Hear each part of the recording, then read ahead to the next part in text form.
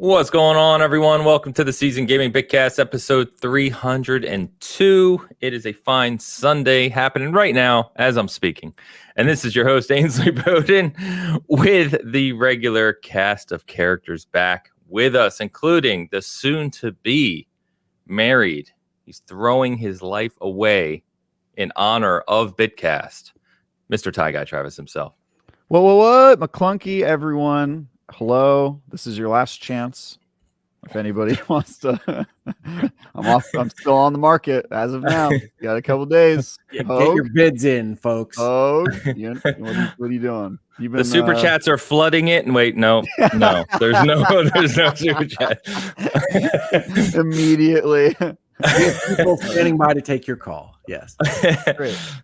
I'm excited. There's actually no phone line, but it doesn't matter. It's fine. I'm excited to see Ames there. I'm excited for Hogue to come out last minute, come visit us. It's going to be good. Good time. I understand why you've changed your mind on me visiting, but I can't make that happen in 2 days. Sorry. I know. You never were going to make it happen. You got a lot going on. I get it. It's fine. I forgive you. It's all good. Of course, the man of law himself, the lawman. We need a better name for you, my friend, Mr. Hogue Law. We do, but I've never been called the lawman before last week. So, I appreciate it. I'm happy to be here talking about video games. It's going to be fun. It's going to be a fun Bitcast today, everybody. Yeah, it is. It's going to be fun. We've got nothing but positive, happy stories to talk about today. Nothing but positivity. This is true. Except for our main topic. But other than that, the rest will be fun. So today we're going to be talking about specifically, obviously, what we've been playing, some of the later games coming out. We're going to touch on Gamescom coming up, big presence for Xbox there, and the dates and times and things you can expect at Gamescom. We had the THQ showcase this week with some cool announcements and upcoming games as well. And then our main topic, as Hogue was joking about, is more about the Bungie layoffs, what's happening over at Bungie, PlayStation, and some kind of insight, because I know, Travis, you've talked to people about this, had a long conversation the other night about it.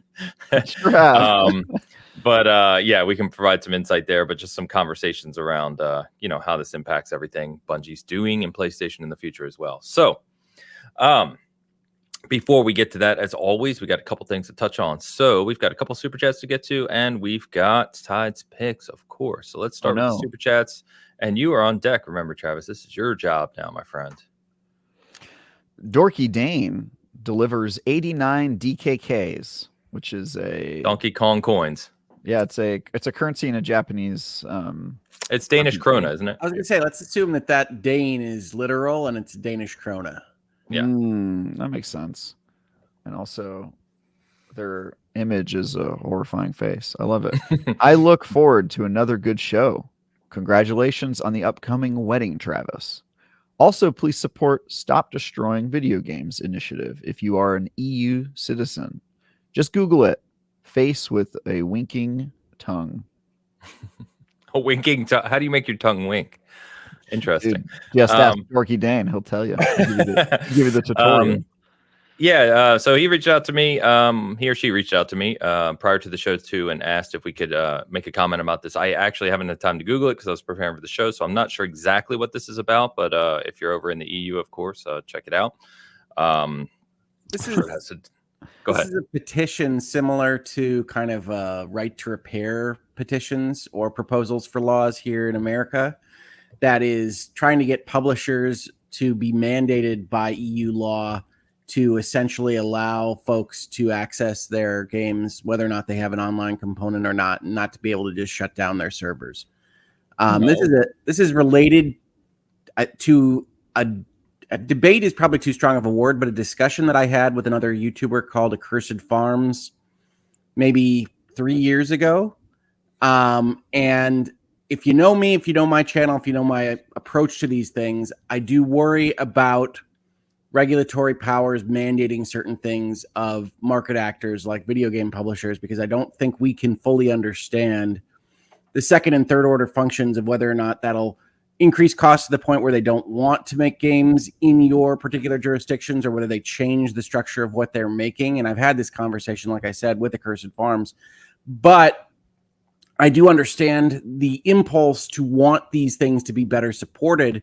I recommend to everybody that they go and they make sure that they buy the games that have the support that they want, and that they talk about the fact that games that don't give that support or publishers that don't offer that support are not going to get their money, more than going through the EU regulatory process. But that's just me, and I don't mind anybody going a different direction with that. Okay. Yeah, that's good context. Thank you for that, Hope. Mm-hmm.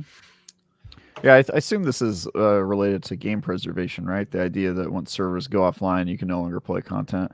My problem with that is it doesn't actually solve the problem, right? Like, you can be playing a Destiny, for example, and the servers can be fully online, but they can keep removing content until the game is a shell of its former self. And I think that still meets the requirements proposed by this particular solve. So I mean, you have to look at the petition itself, but yes, it's basically that you shall be mandated to keep access up and running, not that you'll keep content flowing or anything. Yeah, because all of these are a function of how much can we make the company do, and that's going to increase costs on the back end. And so it's very difficult for me to say this is something that must be done by the force of law with threats of financial penalties or throwing people in cages or what have you, rather than the market talking about these things. But one of the things that the games preservationists will never agree with me on, but which I stand pretty steadfastly on, is that they don't have enough backing in the market of people buying or not buying things based on these premises. So going and pursuing a legal remedy is problematic from the standpoint of you don't have enough people on your side to stop buying the things that are not being preserved to your satisfaction. Make that case, convince enough people to come with you on that, and I'm all for it. But going and asking the EU regulatory bodies to come in and just thwart the publishers or mandate that they do certain things for you is not my preferred mechanism for these things. Well, I do think it's something that pretty much everybody wants, right? People want to be able to buy a game and then know that they own it as much as you can own it with DRM, and also that it won't be taken away from them without warning, right? Unfortunately, the user agreements we all click yes on say that they can do that, and I think we've just kind of accepted that because there's it's pretty much every game nowadays. Yeah, it's pretty much every game. There's games. Really no way to solve that unless some sort of effort. But I do think there needs to be a solve here, and there could be some versions of making game preservation easier, certainly for these companies, right? Like if there were some government-run server farm that they could offload these games to once they no longer want to support them or whatever. But I do think there needs to be some sort of solution, because we all want access to the games that we buy, and we all want those games to be playable for as long as possible. It's just a matter of like, how do you get that to work logistically, and how do you compel, or in this case force, companies to provide that sort of service. But I think we all agree on the ends here, right? We all want this.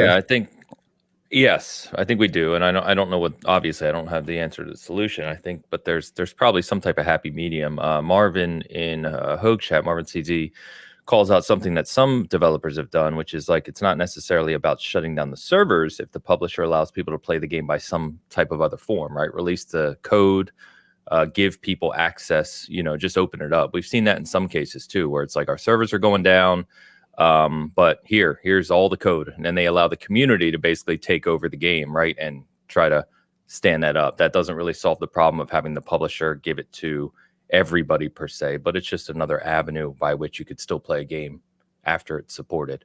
So there's probably some type of happy medium of various methods of allowing people to access their games.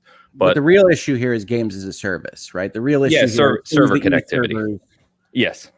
And have that multiplayer online functionality, because that's what people are most concerned about, because so much of the industry has moved in that direction at this point, right? And yes, I would love for them to survive forever, Travis.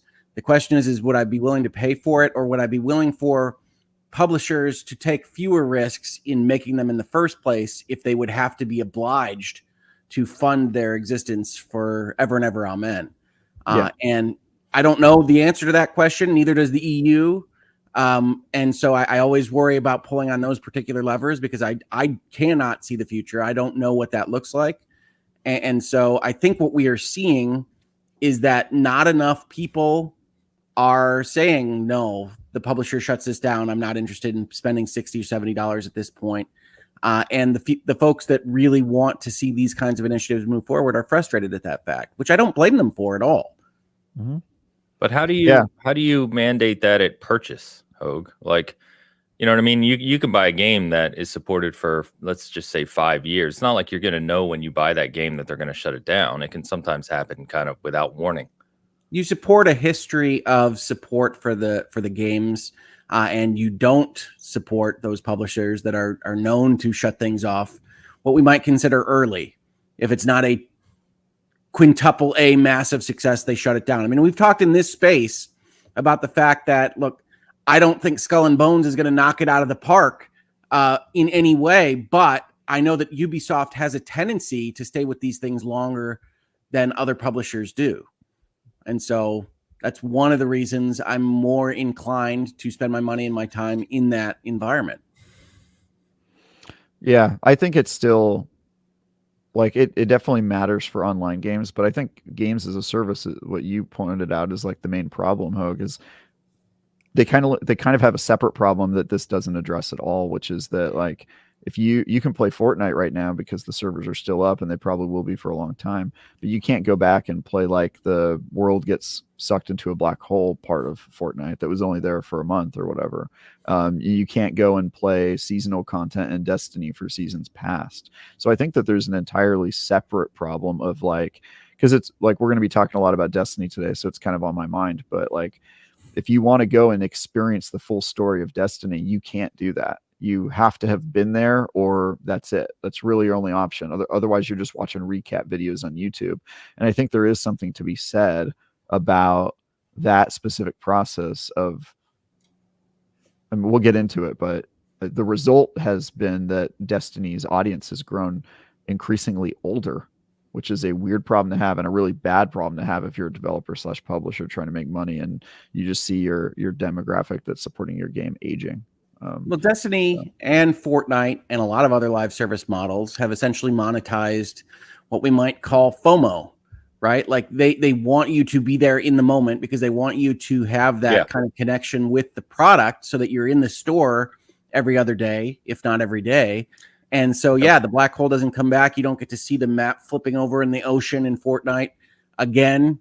And you have to only kind of relive those things as they happen in the past. The current live service game model reminds me the most of like theme parks, right? I went to Walt Disney World a lot when I was a kid, right? And in particular, my favorite theme park was Epcot because I'm a weirdo.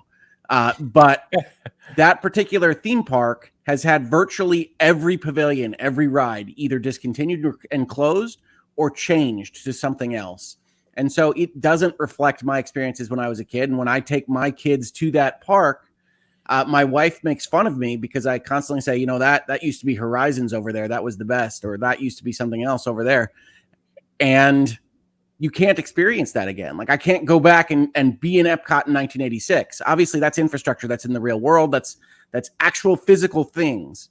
But I think part of aging and becoming more seasoned, if you will, is understanding that virtually everything is in its own place in time. And it doesn't feel that way when you're a kid. And I think that's something that we all have to grow up and understand. And I think games have that quality to them as well. And I think there have been some really interesting and fun experiences that I've had in Fortnite and other live service games that I wish I could functionally go back to. But even if somebody built in a kind of fake version of season 2 of Fortnite or Diablo 4 or anything else, it would feel artificial. It wouldn't be the same without everybody experiencing it at the same time. You don't have that kind of social media interaction or the Reddit boards talking about what's changing, whatever it is that you might water have. cooler moment to use an old phrase. Sorry. Yeah, you can't relive watching Lost for the first time with everybody else on planet Earth. Like that didn't happen even when it went out on Netflix. So I think some of this is we're trying to capture forever a thing that cannot really be captured. Like I view live service games as being like live events, right? Like if you weren't at the concert in 2005, you're never going to go and be able to see that concert again. You can watch it on video later, but it's not the same as being there. And I think that is unfortunate, but I think it's just how it is, and we're never going to be able to solve that problem. The main thing that I think we do have to solve is just like access to the games and how long you get access to them, or how long are you guaranteed access to them if you're going to buy them. That's much harder to do because there's inherent risks in participating in the free market, right? Like if you bought a Zune, you're probably upset that you did that because Zune went out of business, and there's really nothing you can do to deal with that. You just and Microsoft and Google have reaped the quote unquote rewards of their very aggressive product culling strategies, right? Like everybody talks about Zune, just like you might otherwise talk about Stadia or something else. Like these tech companies are fully willing to make it look like they're 100% behind something and then pull it from you because it didn't work up to their satisfaction. And we know that, right? We know that we have a kind of societal understanding of, okay, you got to take a trepidatious step with a Microsoft brand new technology entry into a field. And I think that was visited on the Xbox actually back in the early 2000s. It was, yeah. But that's normal. That's how people react to these things. And I think that's okay. And having somebody mandate some aspect of it with the government is a step past where I'm comfortable being with the way the video game industry operates.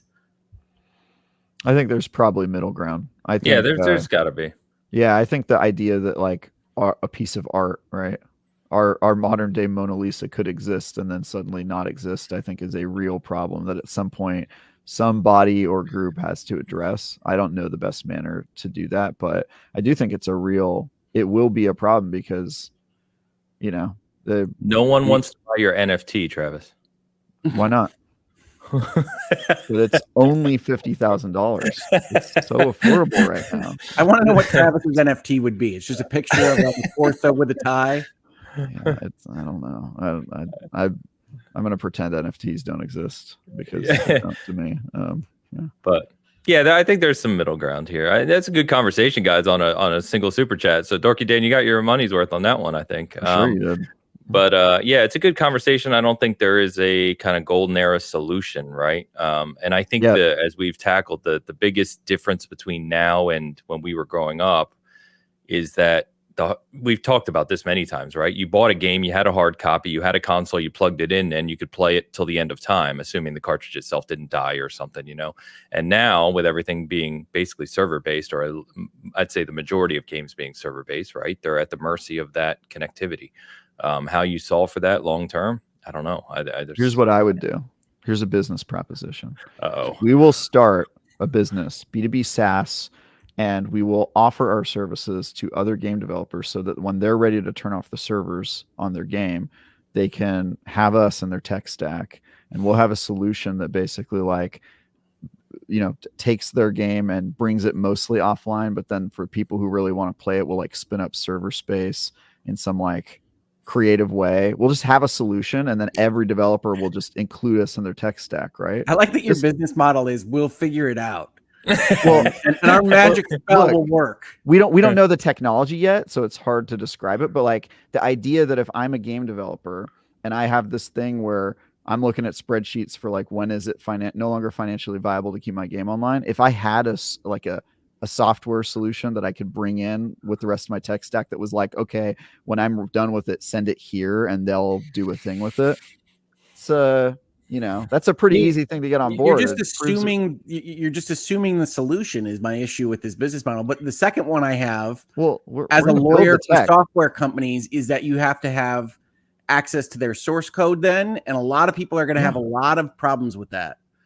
Guys, we'll solve for it, Hogue. Relax. Welcome to San Francisco. Okay, we come up with what we want and then we build from there. Okay. Well, then I will fulfill my role on this particular podcast as corporate lawyer It says, hold on, let's walk that back. Well, we don't get corporate lawyers until we've already built the dream. You're the last thing we're worried about. Okay? 18 months after we launch, when a lawsuit happens, we'll talk to you. Until now, just pipe down. When we have an MVP and now we're talking logistics, then we'll reach out to you. Okay, you're not the ideas man. Let me handle this. Don't take the Bitcast for legal advice, and this is not official legal advice from me. But don't wait until you have a freaking product in the market to talk to a lawyer. This is a non-lawyer giving you absolute legal advice, and that is that you should not listen to lawyers because they will always tell you no, and you should just build the dream and worry about lawyers later. And that's how we do things here in San Francisco. Dream big. What titans of the industry? Actually, you joke, but like there used to be what was like Xbox Connect when Xbox Live went down for like Halo 2. Players got together, created their own peer-to-peer kind of service, So I think on a broad scale, the theory you have, that's my point. Sound actually implementation is a whole nother. Oh yeah. I'm sure the reason this hasn't happened yet is because there's probably some cost to benefit analysis. But my point is like, if you some cost to benefit analysis. I can assure you there's a cost to benefit. Sorry, what I meant to say is there's some cost to benefit analysis that's preventing it from existing. Yes. Yeah, but my point is if you had some sort of like stock solution where it was like you are ready to offload your games, we have some creative peer-to-peer or something technology that allows players to access your game after you're done hosting on servers. I think that's like such an easy sell to every developer and publisher out there who doesn't want to think about it and goes, you have a solution, we'll pay a monthly fee for however many games we're hosting on your platform. I don't think it's that far fetched. I don't. That's what I'm saying. I'm actually on board. I'm kind of being serious here. Like we can get seed funding. I think that's a pretty good idea, especially as server capacity gets cheaper and cheaper by the year. So yeah. But you have to convince the publishers first and foremost that it's going to change the bottom line at all, right? This is what I'm talking about. It starts with the market. Of course. That is fair. I think we have to wait for this to become a little bit more of a sticking issue with people, which I think it probably will organically. Something really bad's going to happen. But I mean, if you can offer that to your players and it doesn't cost an arm and a leg, it doesn't like deeply affect your bottom line. Like it'd be big. You only need one or two publishers to buy into it, and then all of a sudden it becomes social pressure. Like, oh, Ubisoft is doing this, but EA isn't, and then kind of worse than social pressure. If you can convince one, then they'll use that as essentially exactly. And then it's a selling point. They'll be like, they'll use it as an attack, right?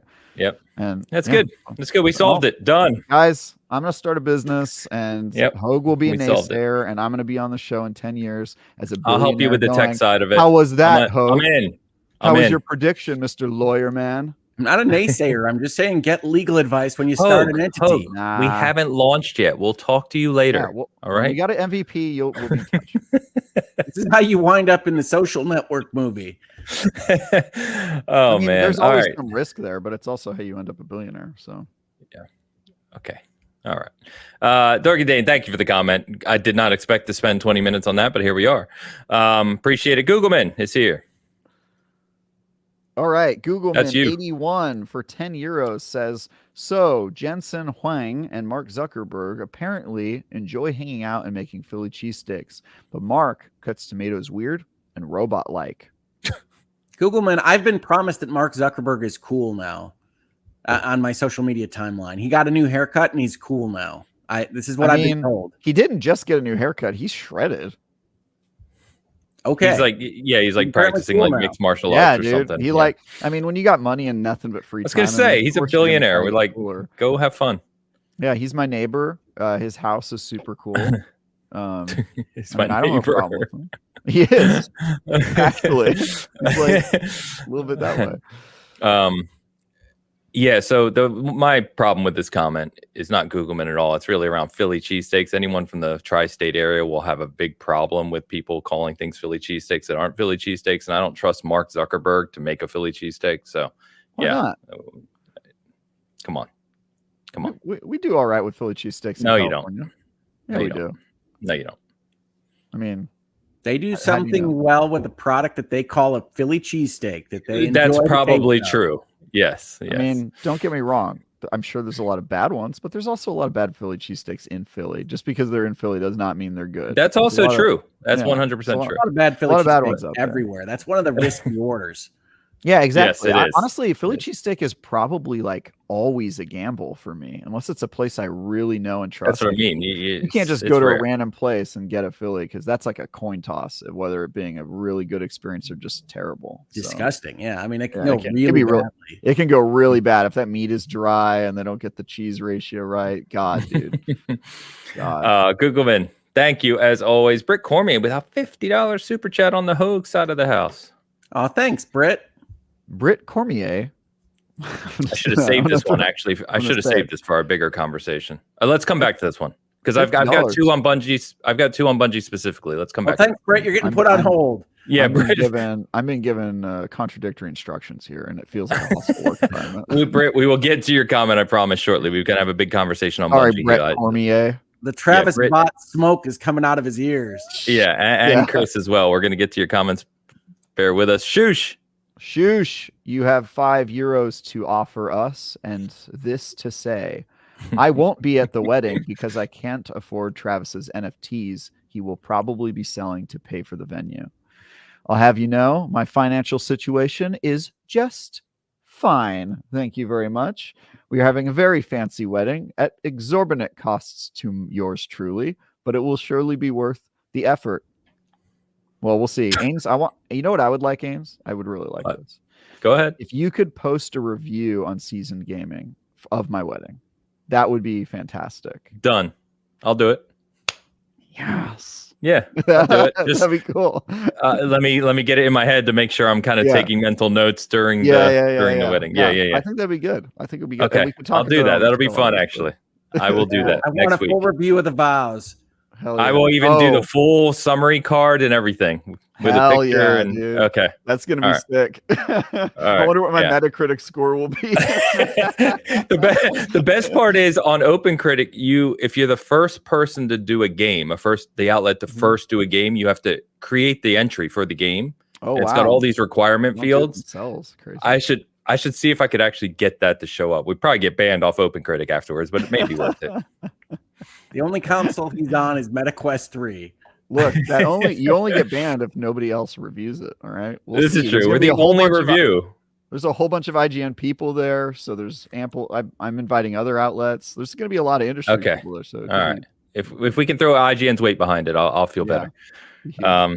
All right, Shoosh, thank you. They assign it to me. They go, Travis, actually, we don't have bandwidth for this. Could you handle the review of your wedding? And I'm like, hang on. The lawyer in me has a couple of responses to what Travis said about this particular super chat.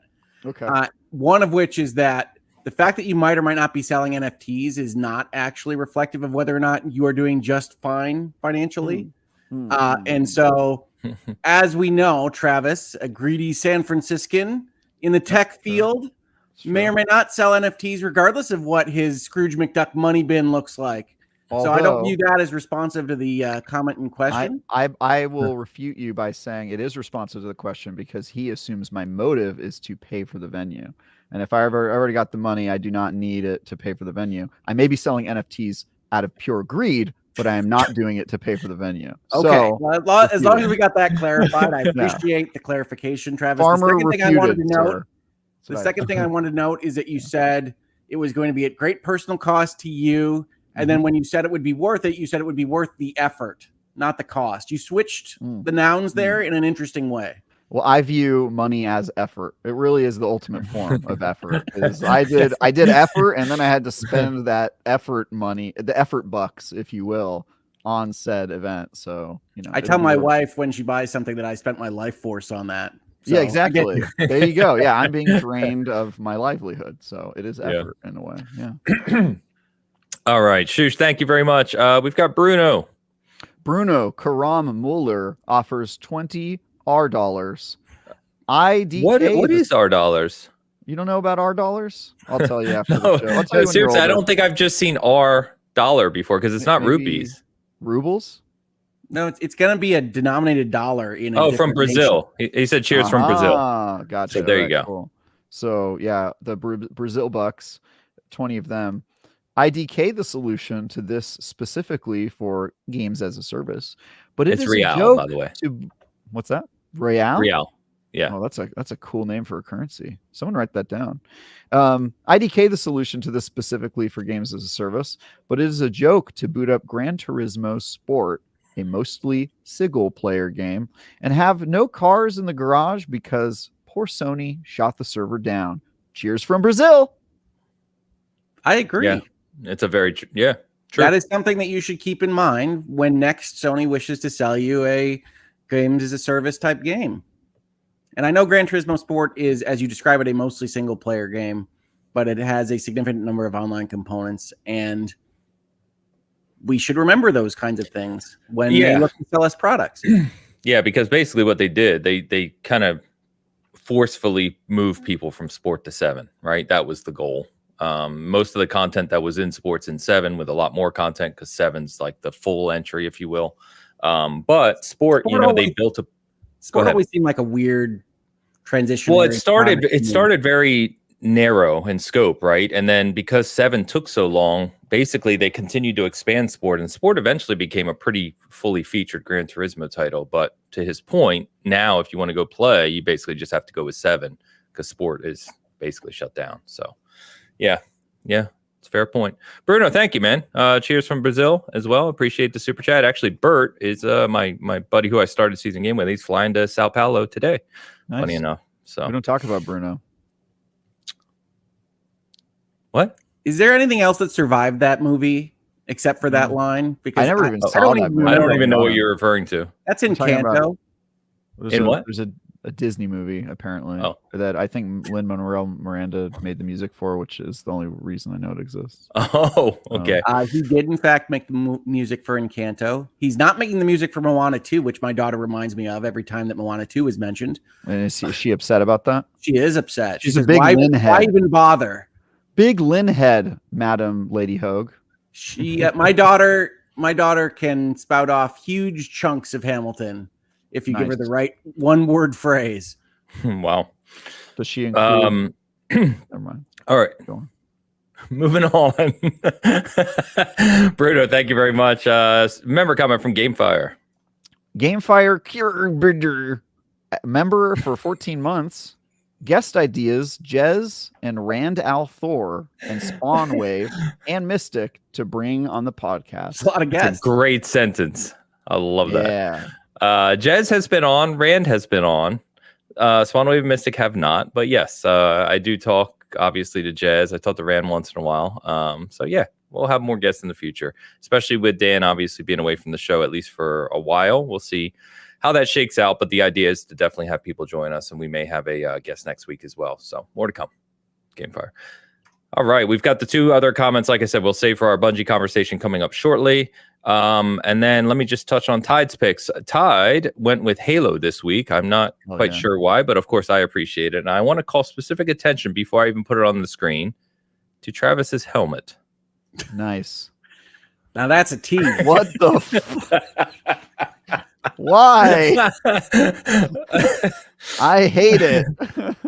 It looks like you got a normal helmet. It just couldn't hold your head. Dude, Hogue, what is AI doing? Why are you always such a handsome boy in these? I don't understand. You just, they chisel you. It's crazy. I don't understand it.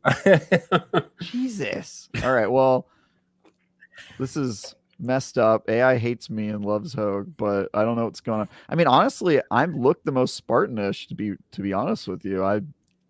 You do with your visor. Ames, you look like an ODST. I don't even know. I do. I'm definitely dying in the first chapter or 2. Yeah. I also like how it took the 117 on the armor and just turned it into whatever those symbols are in each of the pictures. I'm the only one with an actual number on me. You guys are just... I've got mine looks like it says GG. I'm just out there like, good game, guys. Yours does say GG. And the Hogue just has some fake symbol. I have the infinity symbol on, so I'm representing Halo Infinite here. What I'm most impressed about, honestly, from Against the Tide here is that they got seasoned gaming to come out of AI. Like they got the actual words. Phrase. Yeah, that's true. That's true. Although the M has 4 lines, I just noticed. Yeah, I was gonna say that. I was like, it kind of says he's season gaming, season is what I'm doing. Oh yeah, god, my helmet is hilarious. I'll be honest though, AI got my top of my head like spot on. Like that is what the top of my head looks like. we need to take one of those plastic cheap helmets and cut it so that you can wear it like that, like a visor. Yeah, totally. Doesn't Travis have one on his back shelf? Yeah, just cut that open, bud. Yeah, I look like I'm That's about to the play Halo poker 3 CE. with, You can't. I look like I'm about to play. Well, I'm about to deal some poker cards in the Halo universe, like with that Halo visor face. WW with a super chat about the picture says Debbie Dubs offers $10 to say Travis looks like Kai Lang. So true. A little bit. A little bit. That's awesome. Debbie, thank you as always. Appreciate you. All right, boys. Let's talk about some games, what we've been playing. I'm going to kick us off this week because I want to talk about a game I don't think we've really talked about on the show, and I did not expect to be talking about. I don't know how much interest there is in it, but I'll talk about it anyway, which is X-Defiant. So X-Defiant, if you're unfamiliar, it's basically Ubisoft's, for lack of a better phrase, Call of Duty competitor. It's an arena shooter that is actually has characters and abilities. So kind of map size, gunplay, customization, pretty similar to Call of Duty. Game modes also pretty similar, but a few kind of nuanced differences. But your characters actually have abilities, right? So it's 6-on-6. There's a little more teamwork, I would say, than in Call of Duty, from my experience. And the kill time is not quite as fast. So in Call of Duty, you'll turn a corner and it's like, blep, dead. It's like instant, basically. Whereas this, it takes a little more, slightly slower TTK. But I downloaded this. I had one of the Halo guys said he was playing it, so I checked it out this week. And at first I played in the alpha and I wasn't really impressed by it. And it's still pretty light on content. They've got some things to work on. But generally speaking, I've actually been enjoying it quite a bit. I played that and Call of Duty yesterday briefly, just trying to get a quick fix. And MW3 or Call of Duty just doesn't do a lot for me. I'm just not a Call of Duty guy. I never really have been, but I try to play it and I just get bored of it very, very quickly. Whereas for whatever reason, I find myself enjoying X-Defiant for what it is. I think because it's more team-based and has a little more strategy to it, I would say. So if you haven't checked it out, it is free to play. They had Season 1 launch. They added ranked play. There's factions and stuff in there. You can check it all out. A lot of it you can unlock for free, which is cool. So you can unlock additional characters and weapons and all that normal jazz just by playing the game. And I've been enjoying it. It's been an interesting change coming from stuff like Halo and other things like that, which are very, very coordinated team-based, right? So it's something you can just kind of pick up and play quickly. You don't need a ton of it's easy to pick up and play. I kind of like Call of Duty, but a little more strategic. So, yeah, it's pretty cool. Yeah, I've not played that one. Yeah, I was in the alpha like late last year, and I played like a few matches, and I was like, yeah, this is no good. But it's really come a long way. I think, if I remember correctly, and someone can keep me honest, but one of the former like Call of Duty leads, is it Jason Rubin maybe? One of like the high, people who really made Call of Duty what it was is working with Ubisoft on it. So it's clear that it has some good inspiration. They spent time to polish it up and change it up, and there's something there. And the other neat thing about it I'll mention is that Ubisoft does a good job of this usually in general, is they take advantage of their other IPs. So there's like maps that cross over with Far Cry, with Division. So it's like this, this is this area from Division, and you'll see like, things from Division kind of in the background and, certain stuff. So it's kind of neat in that regard. Yeah. I hate the name. X-Defiant is weird. Yeah. I don't know why they went with something. Compliant, right? X-Defiant, formerly Defiant. It's not X. It's just the letter X, right? Yeah. Well, which doesn't really help its case much, but yeah. But anyway, if you like those kind of quick competitive shooters, check it out. It's something different and has its own kind of slightly unique flavor to it. So I'm throwing my hat in with Concord for the 5 minutes it's up, but I appreciate the note. I did see Valorant. I was considering trying. Valorant is now fully out. Yes. Out of beta on PlayStation and Xbox. Yes. Sweet. I want to play that. I'm in on Concord too. I actually had a good time playing Concord. I really like that beta. So I'll play it while it's still supported, and we'll enjoy it. Yeah, that's my review of Hogue as well. I really like that beta.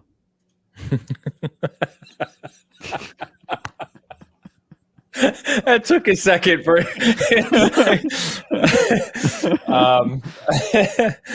but anyway, talk to me about some games you've been playing, guys, and shout out to 250 plus concurrent hanging out with us. Appreciate you all, especially if you didn't notice, we don't go live on Twitter anymore. They took down that integration. Very nice of shout out to Twitter, so you can't even do that unless you pay now.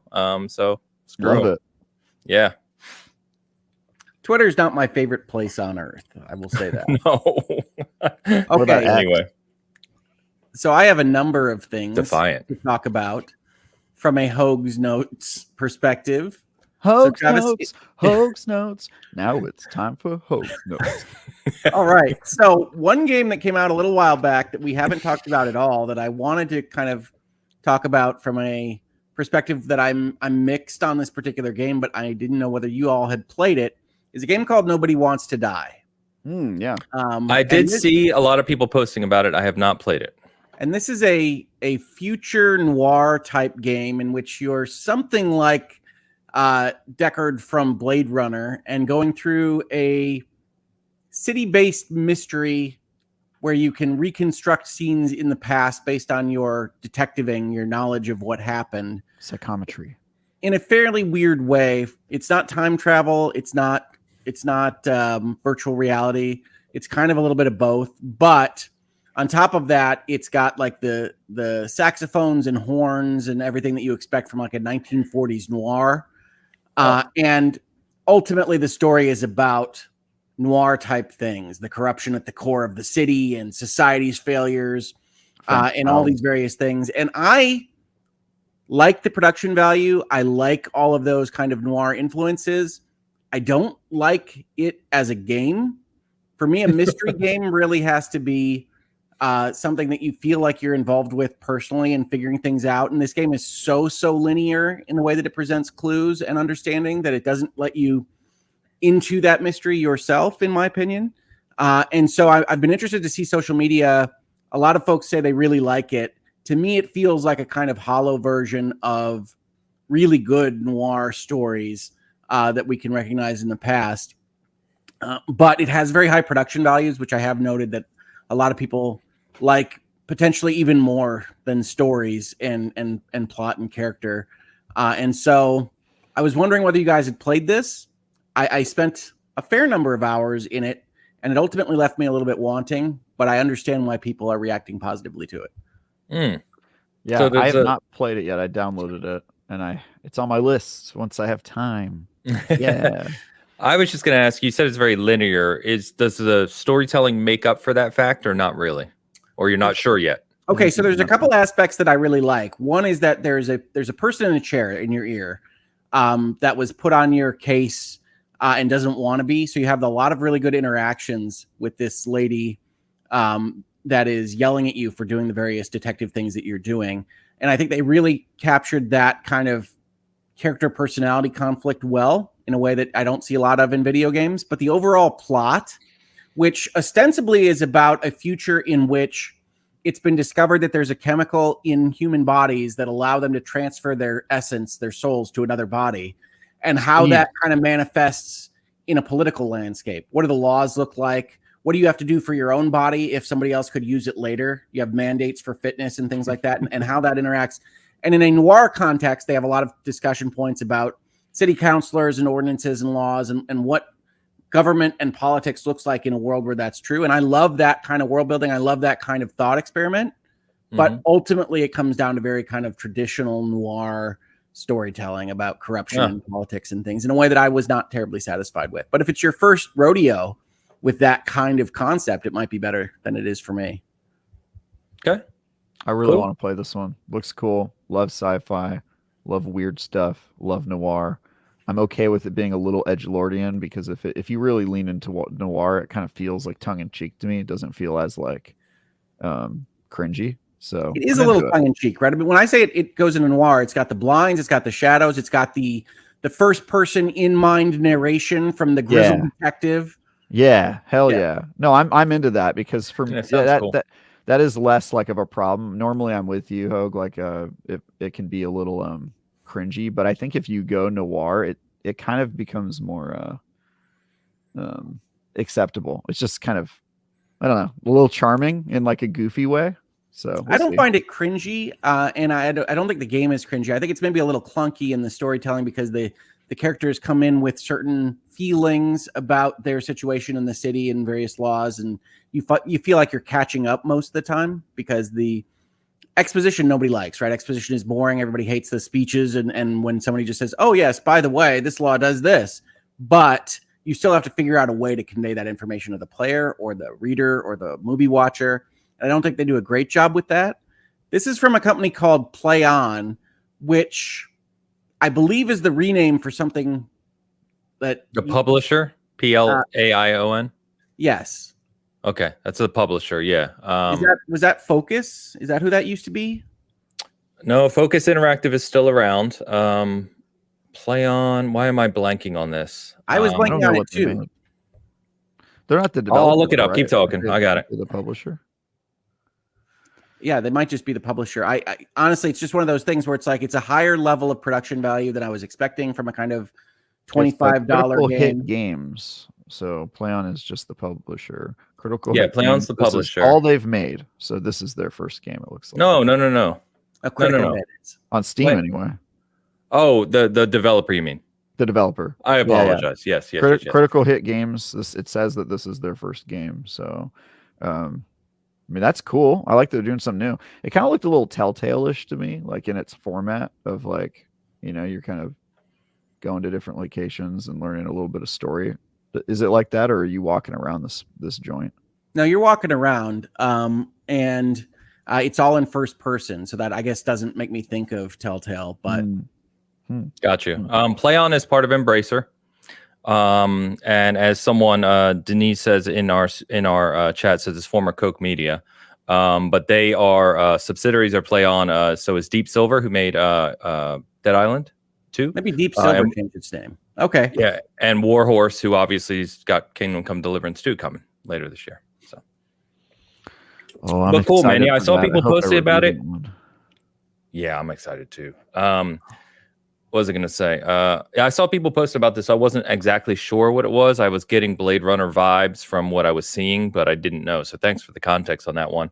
Someone in your chat, Hogue, said sounds like an Altered Carbon. I don't know if you guys watched that on Netflix. Yep. I watched the first season, I think. That's all you need to watch. Right? A lot of potential, but man, that show was bad. It was all over the place. The acting was so bad from Anyway, but I love the universe. I love that idea. I thought that was really cool. I have the tabletop RPG, which, better way to experience that universe, cool.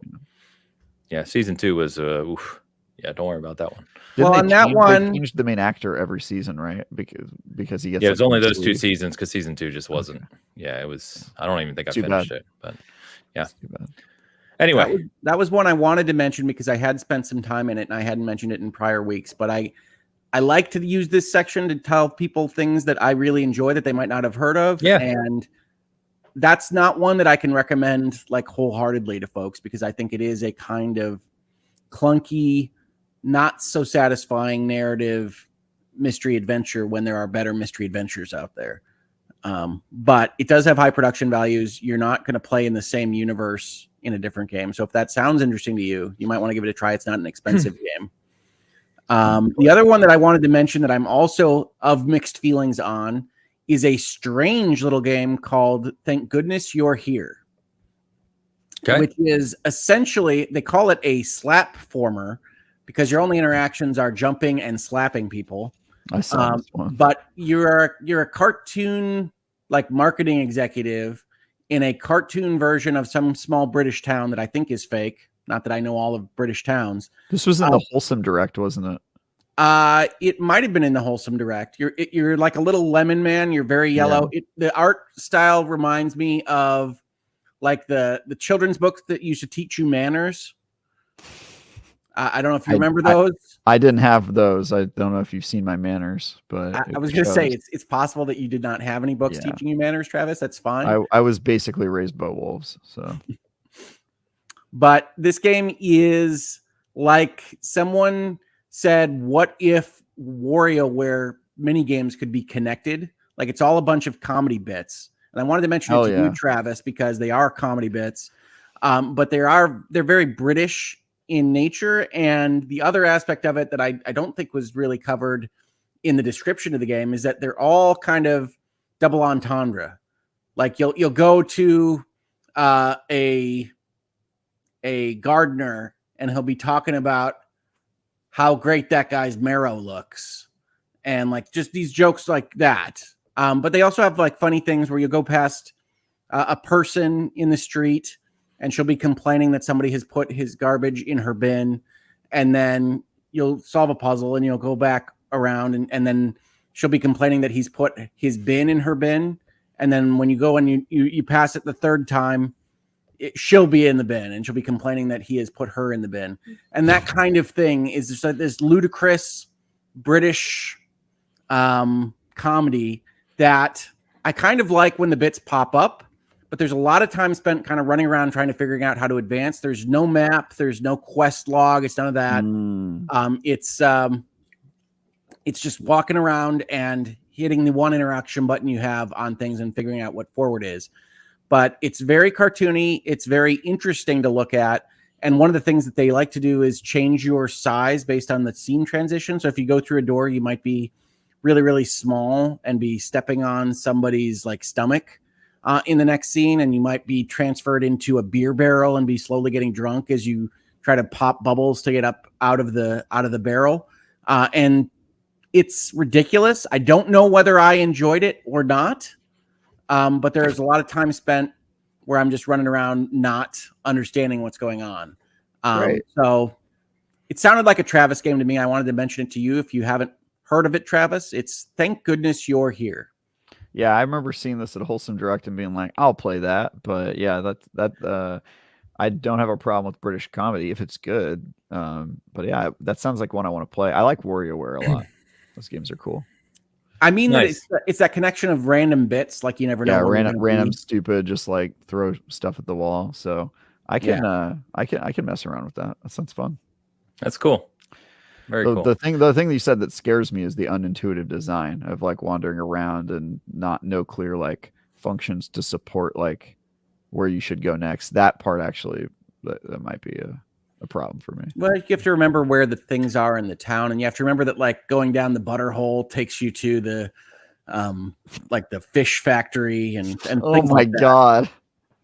I never thought I'd hear Hogue say going down the butter hole takes you to the fish factory. Here we are. That's where we are. Oh, there's our clip for this week. Man, that is brutal. Whoa. And Googleman says, welcome to my life. I'm not sure if that was timed properly or not, but perfect. Oh, that was good. That was my wedding gift from Hogue. So check that one out if any of that sounds interesting to you. I highly recommend looking at the trailer to get a vibe for the game first. But that's one I wanted to mention. I did want to say I made one mistake this week, and that is I bought Earth Defense Force 6. Nice. And I've been playing it, and I'm gonna this is my review. Travis, I don't get it. Nice. Yep, that's fine, man. I mean, it's definitely not for everyone. Yeah, I did finish that review. It took me like 80 plus hours to beat the damn game. But yeah, it is very stupid and silly, but I mean, it's a satire game, right? Like they know what they're doing. They're just making it dorky and weird. I will say that game is significantly less fun if you play it alone. I mean, it's designed really to be a 4-player game. So even if you don't know the people you're playing with, I mean, it's a much better if you do. But even if you don't, if you just create a room and then people start joining your party and doing levels with you, it is very, very silly, over the top fun. But yeah, definitely not a Hogue game. I would not have recommended it to you. I would have been like, I said I made a mistake. But I gave it a try. I'm glad that you tried it. Oh yeah, and I don't think the graphics are awful. I don't think they're even as bad as the screenshots look like. They remind me of like a high-res version of the like Saturn era arcade machines. Like, okay, yeah. Just super high textures, kind of polygons smashed against each other in unpleasing ways. But overall, a good look. Like it reminds me of that old Sega. Was that System 32? I'm going into memory banks here. I'm pretty sure that's right. System 32. Someone Sega can check me on that. There you go. If you're watching at Sega, you can check us on it. That's what it looks like to me, is that kind of high res. I was not expecting the takeaway to be that Hogue thinks EDF6 doesn't look that bad. It doesn't look that bad. I think it looks pretty terrible, man. But I don't know. Maybe I've seen it. It's also just like it's a combination of the way it looks and the way that you interact with how it looks. Like when you get really up close to things and the collision of like ants going through each other and just, buildings have as soon as a building gets destroyed, it has no form to it. Like you can walk straight through large pieces of rubble like they don't exist and stuff like that. It's kind of a combination of literally the way the pixels look and then also the way the pixels interact with the player, and it just has a very uneven kind of. I have a pretty high tolerance for non-physics based video games. That's how it used to be, right? So yeah. That doesn't bother me. What bothers me, and it's not really bother, it's just more like I don't feel anything, is like I don't understand why I would play this next level, and I don't understand. I don't feel anything. No, it is. I tried it. I said, you know what? We'll give it a shot. We haven't tried one of these games in a long time. Travis says this is a good jumping on point because they're not trying too hard anymore. Let's give it a shot. And I gave it a shot. I'll probably give it another shot, but I do not think I will be getting my money's worth out of my purchase of EDF6. He's been spoiled by going down the butterhole. Where I did get my money's worth, though, as I mentioned this last week, obviously, is that Kunitsugami just gets better and better. I just played more of it this week. It's awesome, folks. Do not skip out on Kunitsugami, even if its name frightens and confuses you. It's called Path of the Goddess. And yeah, if you didn't listen to us last week, Kunitsugami, Capcom game, it's on Game Pass. It came out a couple weeks ago. A lot of people really enjoying it. Different type of game, but check it out for sure. All right. Nice. Got a couple super chats, Travis. What do you want to call out? Anything? Is that Hogue's Notes, Hogue? That is Hogue's Notes. The only other thing I've been playing is not a Hogue's Notes type title. It's Mortal Kombat 1.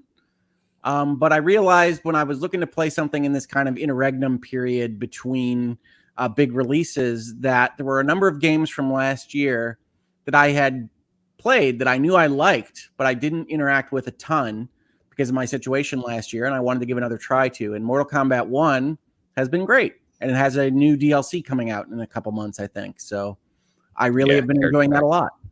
Hogue's Notes. That's the end of Hogue's Notes. All right, we've now closed up that segment. Games I have to talk about. I mean, yeah, I finished my review of EDF6. I'm doing some preview stuff I'm not able to talk about yet, but my next review is Concord and then Sea of Thieves. So I've been playing a little bit of Sea of Thieves. I don't have access to Concord yet. I probably will get it next week. And then yeah, I'm kind of on a week hiatus to get married and all that stuff, so I don't really have much to talk about. I played Destiny this week. I mean, we'll talk about that when we get to it. Yeah, we're getting to that here. Yeah, I played a little bit of VR, but I've just been pretty casual with it. I'm not working on a ton right now and taking the opportunity to step away and do my last minute prep. So that's what I'm busy with. Yeah. Yeah, no, I mean, that's good. We got a lot to talk about with Bungie anyway, so we'll get there. Cool. Let's catch up on these super chats real quick. Mr. Don Lionheart is here. Don Lionheart offers $5 to say, "Good morning, Bcast. Happy August. Shame that games are so great and the industry is such a mess. Stellar Blade was top tier, possibly getting the plat." I really like Stellar Blade. Nice. Yeah, some people really dig that game, no doubt. So did nothing for me, but I know lots of people enjoy it. Don, thank you. Hobbs offers £199. Are you guys playing Fallout London. It's not that extra. You sound like you're reading in text or text to speech, basically. Yeah. It's like, it sounds like an AI that's broken. Yeah. No, I have not played Fallout job. London, but I've heard great things. If you're not familiar with Fallout London, this is a massive, massive expansion built for Fallout 4 by outside of Bethesda that was supposed to come out. Mod, right? You call mod, yes. It's an expansion, a mod expansion. Yeah, that was supposed to come out a few months ago. Then they updated Fallout 4 for Series X and PS5 randomly, and the developer had to go back and make some updates. So this just came out a week ago, maybe officially. But yeah, supposed to be quite impressive. People seem really excited about it. I'm not much in the mod scene, but people seem to like it a lot. And yeah, I think the distinction about it being a mod is important. This is not an official product. Correct. Correct. I do think it's important, but I'm going to be on the side of mods here. Mods are cool. You should play them if time allows. And we've got some really cool stuff out of mods. There's entire games that came from mods. Let's not forget one of the best games I've played in the last decade. The Forgotten City. What was it? Forgotten City. Yeah. Forgotten City. That was originally a Skyrim mod. I mean, that game is. But sick. I didn't play it when it was a real game. I think Stanley Parable. It was a mod first, and it would never become a game without that. So, I think Stanley Parable might have been a mod at some point. I think you're right. That sounds about right. I think it was Half-Life 2 or something like that. Yeah, some of the developers over time, through the years who have created really high production mods have been hired too by the studios. There was a Skyrim or maybe Oblivion, mod developer that was hired by Bethesda. I know you said Oblivion, but I heard Bolivian. And I'm Bolivian, yeah, it's a very different RPG. Dude, Elder Scrolls Bolivian is my favorite, man. It's like you just really good. They do away with the fantasy and just make it really grounded. It's cool. Very down to earth. Yeah. It's just the house hunters in Bolivia. Rick Davis calls out, and this is an important distinction. So thank you for this, Rick. Just to be clear for the mod, you cannot have the updated next gen version of Fallout 4. You have to roll it back to use London. Once you install it, you can't play Fallout 4 unless you uninstall London. So basically, if you want to play London, that's what you're going to play, the aspect of that. So, okay, good to know. Thank you, Rick. I'm interested. Gamefire says, we have no data on anywhere outside of the United States in Fallout. And I think that's by design. Bethesda said they're never going to leave the United States, which I think is the right choice, by the way, because that's kind of part of the setting. No data? You said no data. I didn't know what you meant. Oh, like we just don't know what's going on outside of the United States in the Fallout universe. Like in the Fallout universe. Okay, yeah, I was like, you're like, we have no data outside of the U.S., and I'm like, yeah, because like the U.S. is like part of the setting in the Fallout universe, right? Yes. And so like the internet. It feels weird to go outside of it, but so I think this is like the perfect use case for a mod. Is just some like thing that is never going to coincide with what Bethesda's doing, and is kind of an interesting experiment. I'm cool concept in this one. It is a cool concept. Yeah, this is like the internet theory that life outside of Australia in the Mad Max universe is totally fine. Yeah, Australia has just gone completely nuts. I thought Mad Max was just supposed to be like modern day Australia. I didn't know it was the future. So there you go. Gamefire was asking if we get a review of Travis's wedding. He may have joined late. Yes, I'm going to be reviewing Travis's wedding. It will be formal. I will be the only one publishing a review. So that we know of. This is the end all be all score incoming. So be prepared. All right. Let's move over to our big conversation today, which is around Bungie and what's happened over there, how it relates to Destiny, how it relates to their future, how it relates to PlayStation and what they're doing. So let me start. And guys, if you have your notes up here, because this is a big topic, I want to kind of cover this in some sort of order. So let me give the specifics for people who don't know the specifics as to what occurred this week. So if you don't recall, last year, less than a year ago, I think, actually, they laid off around 100 people after posting a 45% decline in revenue at the company. At the time, they had about 1,200 people. So, something like 8% of their workforce at the time last year. This week, we got the announcement from Pete Parsons, CEO of Bungie, which we'll get to Pete here shortly. But 220 more roles being eliminated across the company, including some upper level roles as well. In addition to the 220 layoffs, they're shifting about 155 people to a separate game development, basically directly working with SIE, Sony Interactive Entertainment. This is them spinning off. This is them spinning off a developing IP, right? Yes, that and then also other stuff. Because they're going to be a functional entity after they're done with it, but it's a spin-off entity, right? They're working on something in house, and that's only 40 people of the 150 plus that are getting moved to SIE. Okay. So 100 people last year, about, effectively from Bungie specifically, about 375, give or take, moving out here, which, doing the math, right, depending on how they've hired, leaves them with somewhere around, I think they said they're just over 800 now, I think is what is in Pete's kind of official document. But additionally, I think some of the biggest news about this too was that it was initially reported, and Travis, again, I know you have more details than I do here. It was initially reported that some of the Bungie legends like Luke Smith and Mark Noseworthy were part of the layoffs, but then it was later corrected that they actually, because of what was going on, they chose to leave. So if you don't know who those people are, like Luke Smith has been with Bungie forever. He literally helped write Halo 3. He is considered absolutely not, I won't say critical, but maybe critical to Destiny and foundational to the IP. So some of those people have parted ways as well. My friend. Yeah. So, okay. So I'll hand to you, Travis. I know you have more on this. There's a couple other specific things I want to call out, but just at a high level about this specific news, we talked when they acquired Bungie in 2022 on this show. And one of the things you were mostly concerned about as someone who covers this stuff really closely is PlayStation, basically eventually picking apart Bungie for, their talent, and, the result being that Bungie would eventually become a shell of what it once was. And it's sad to say, if you look at their history and where they sit as of after this layoff, with how many people they've lost, how many critical people they've lost, especially some of their top tiered talent that have been there from the beginning, it feels like that's basically come to fruition. Yep. Yeah. So, when the acquisition happened, I think a lot of people were pretty excited about it because it was a new era for Bungie and they were saying all these things that were very optimistic.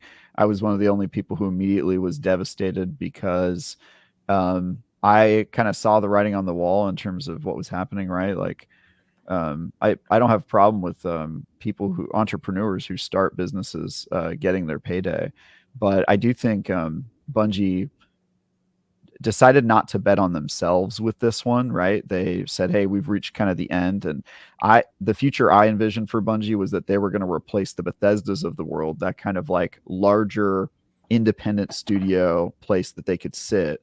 And I wanted them to bet on themselves and eventually sell for a lot more money, years down the road, once they have kind of had played that role, similar to how Bethesda was positioned as a large private company making games on a AAA scale. And I think them not doing that was inevitably going to lead to this outcome, right? Right when they got acquired, they said it's not going to lead to any layoffs or changes in the company, which if you've ever been involved in an acquisition, is complete and utter bullshit, straight up. Like, as soon as I read that, I was like, all right, they're lying to you. So don't believe anything else they say, because I don't even think they believe that. So you knew that this was going to happen eventually. It was just a matter of when. But I don't want to say that it's just Sony, right? Like, the way I think of it is Sony made the right choice with this acquisition. This was great for them because either Bungie was going to surprise them and do some really cool, interesting things, and they were going to profit greatly from having that in their under their umbrella, or things were going to go bad the other direction, which seems to have happened, and they were going to scrap it for parts and greatly improve their capacity to create live service games and online multiplayer games and all that stuff. And so I think it's win-win for them. The problem is that, that Bungie basically consigned themselves to this fate by doing this with Sony. And so now you see things like that project that they really liked that's now been taken out of Bungie. It's now going to be part of a Sony studio. It'll almost certainly be PlayStation exclusive, which was something that they said that they were going to keep their games multi-platform, or make those decisions themselves. Which I think is an important part of the story, right? One of the reasons the spinoff happens is because you contractually agreed to let Bungie do whatever they wanted with their IP. So one of the options that you have is to pull the IP out. And that's not a surprise that that's happening here when it looks for all the world like Sony wasn't happy with the way that the entity was functioning on the whole. So yeah, I think that's important when we talk about contracts and things that are wins and losses, and people are always quick to jump on these things, that when Bungie says we got independent control over our IP, one of the second order things that can happen there is you've incentivized your parent company to start cutting pieces off your flank if they don't believe in your management anymore. Correct. Yeah. And I also think that that part was always going to happen. I don't think there's like a world where they were launching new IPs that weren't already announced and that Sony was just like standing by and going, yep, okay, you can do what you want. Maybe if they were super, super successful and Sony was just looking at them as a money-making machine that they didn't want to touch. But I don't think that was ever going to happen, right? Bungie has shown that they have management issues and that they're a little bit creative led, which sometimes means that they're not always making the best business decisions. Which I don't think is the option. You don't want to kill the MCU in the crib if you accidentally got it. Exactly. And so I think there was a possibility of that happening, but it wasn't a strong one, especially with Bungie's track record. But yeah, my point is I don't want to lay it at the feet of Sony. Like Sony made the right purchasing decision. I think they're probably making a decision that they think makes sense now. The problem was that Bungie leadership didn't have the courage to actually believe in their company and sold it, I think, before it had reached its prime. And they also were badly mismanaged. Like if you look at Sony's decision to do this, it makes sense. They clearly lost the plot. They focused on like 5 or 6 other new IPs, a lot of which got cut, some of which are way, way past the date that they were supposed to be delivered. And they were just trying all these new things. And it sounds like they were trying to focus on too many things and lost focus on the thing that actually is making the money today, which is Destiny. And I'm not like, look, I just got done saying on Thursday that they should end Destiny at this point.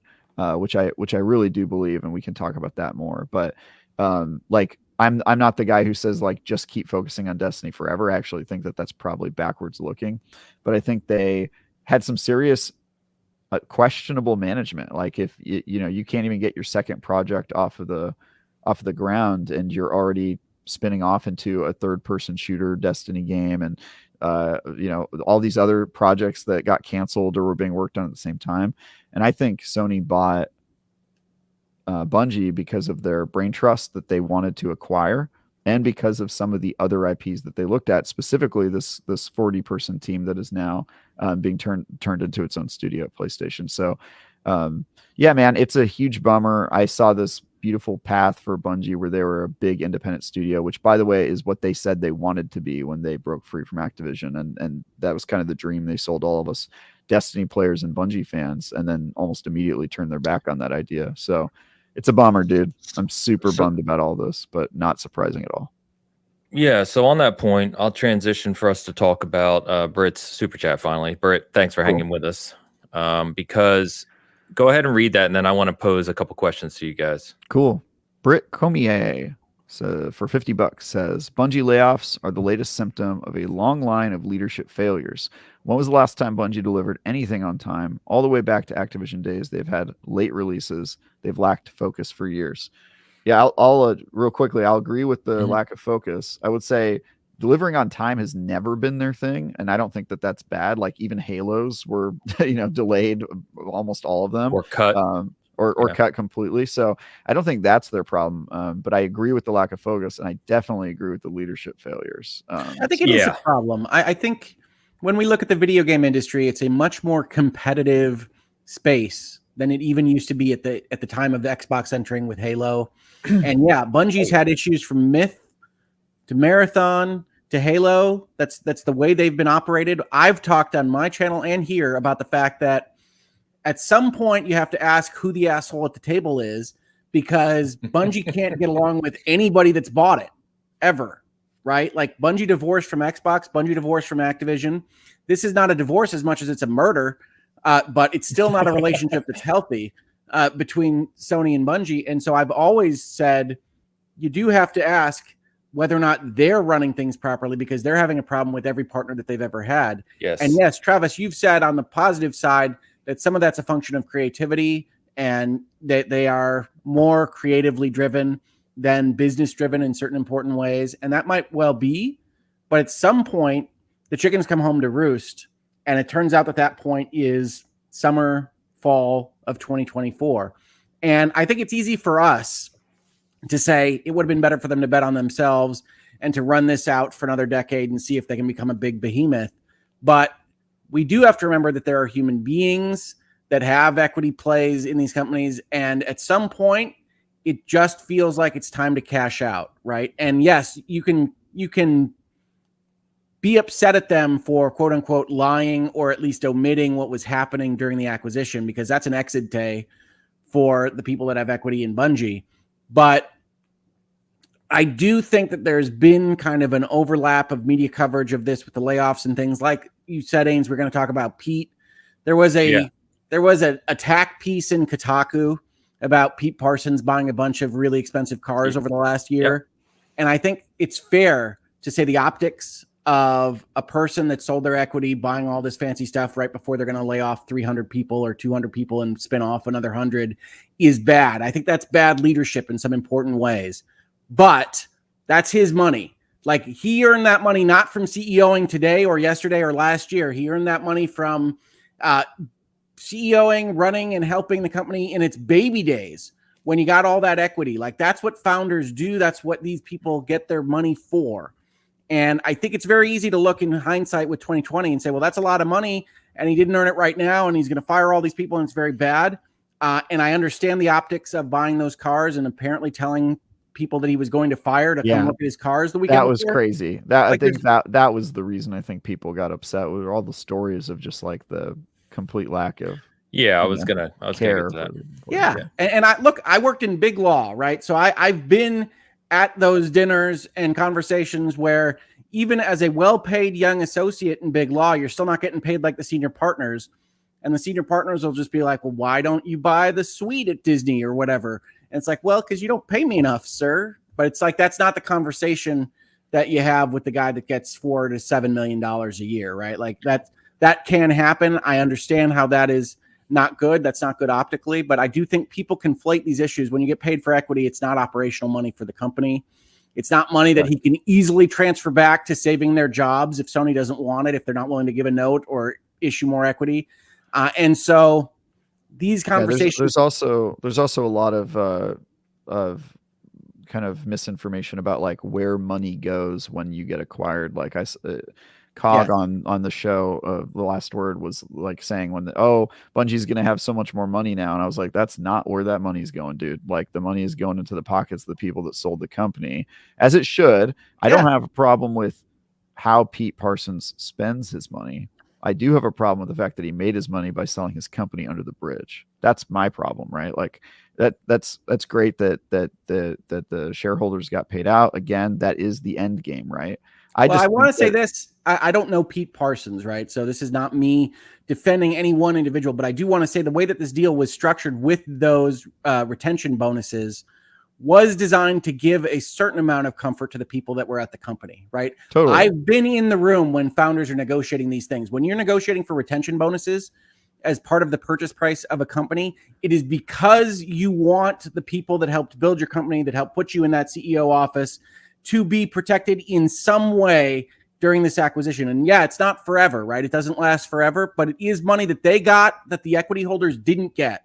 And I have a whole video on my channel talking about the fact that that is what happens with when you talk about the full purchase price and this much is in retention bonuses. That means they essentially gave that to their employees instead of taking it and putting it in their own pockets. That's Correct. Not a get out of jail free card.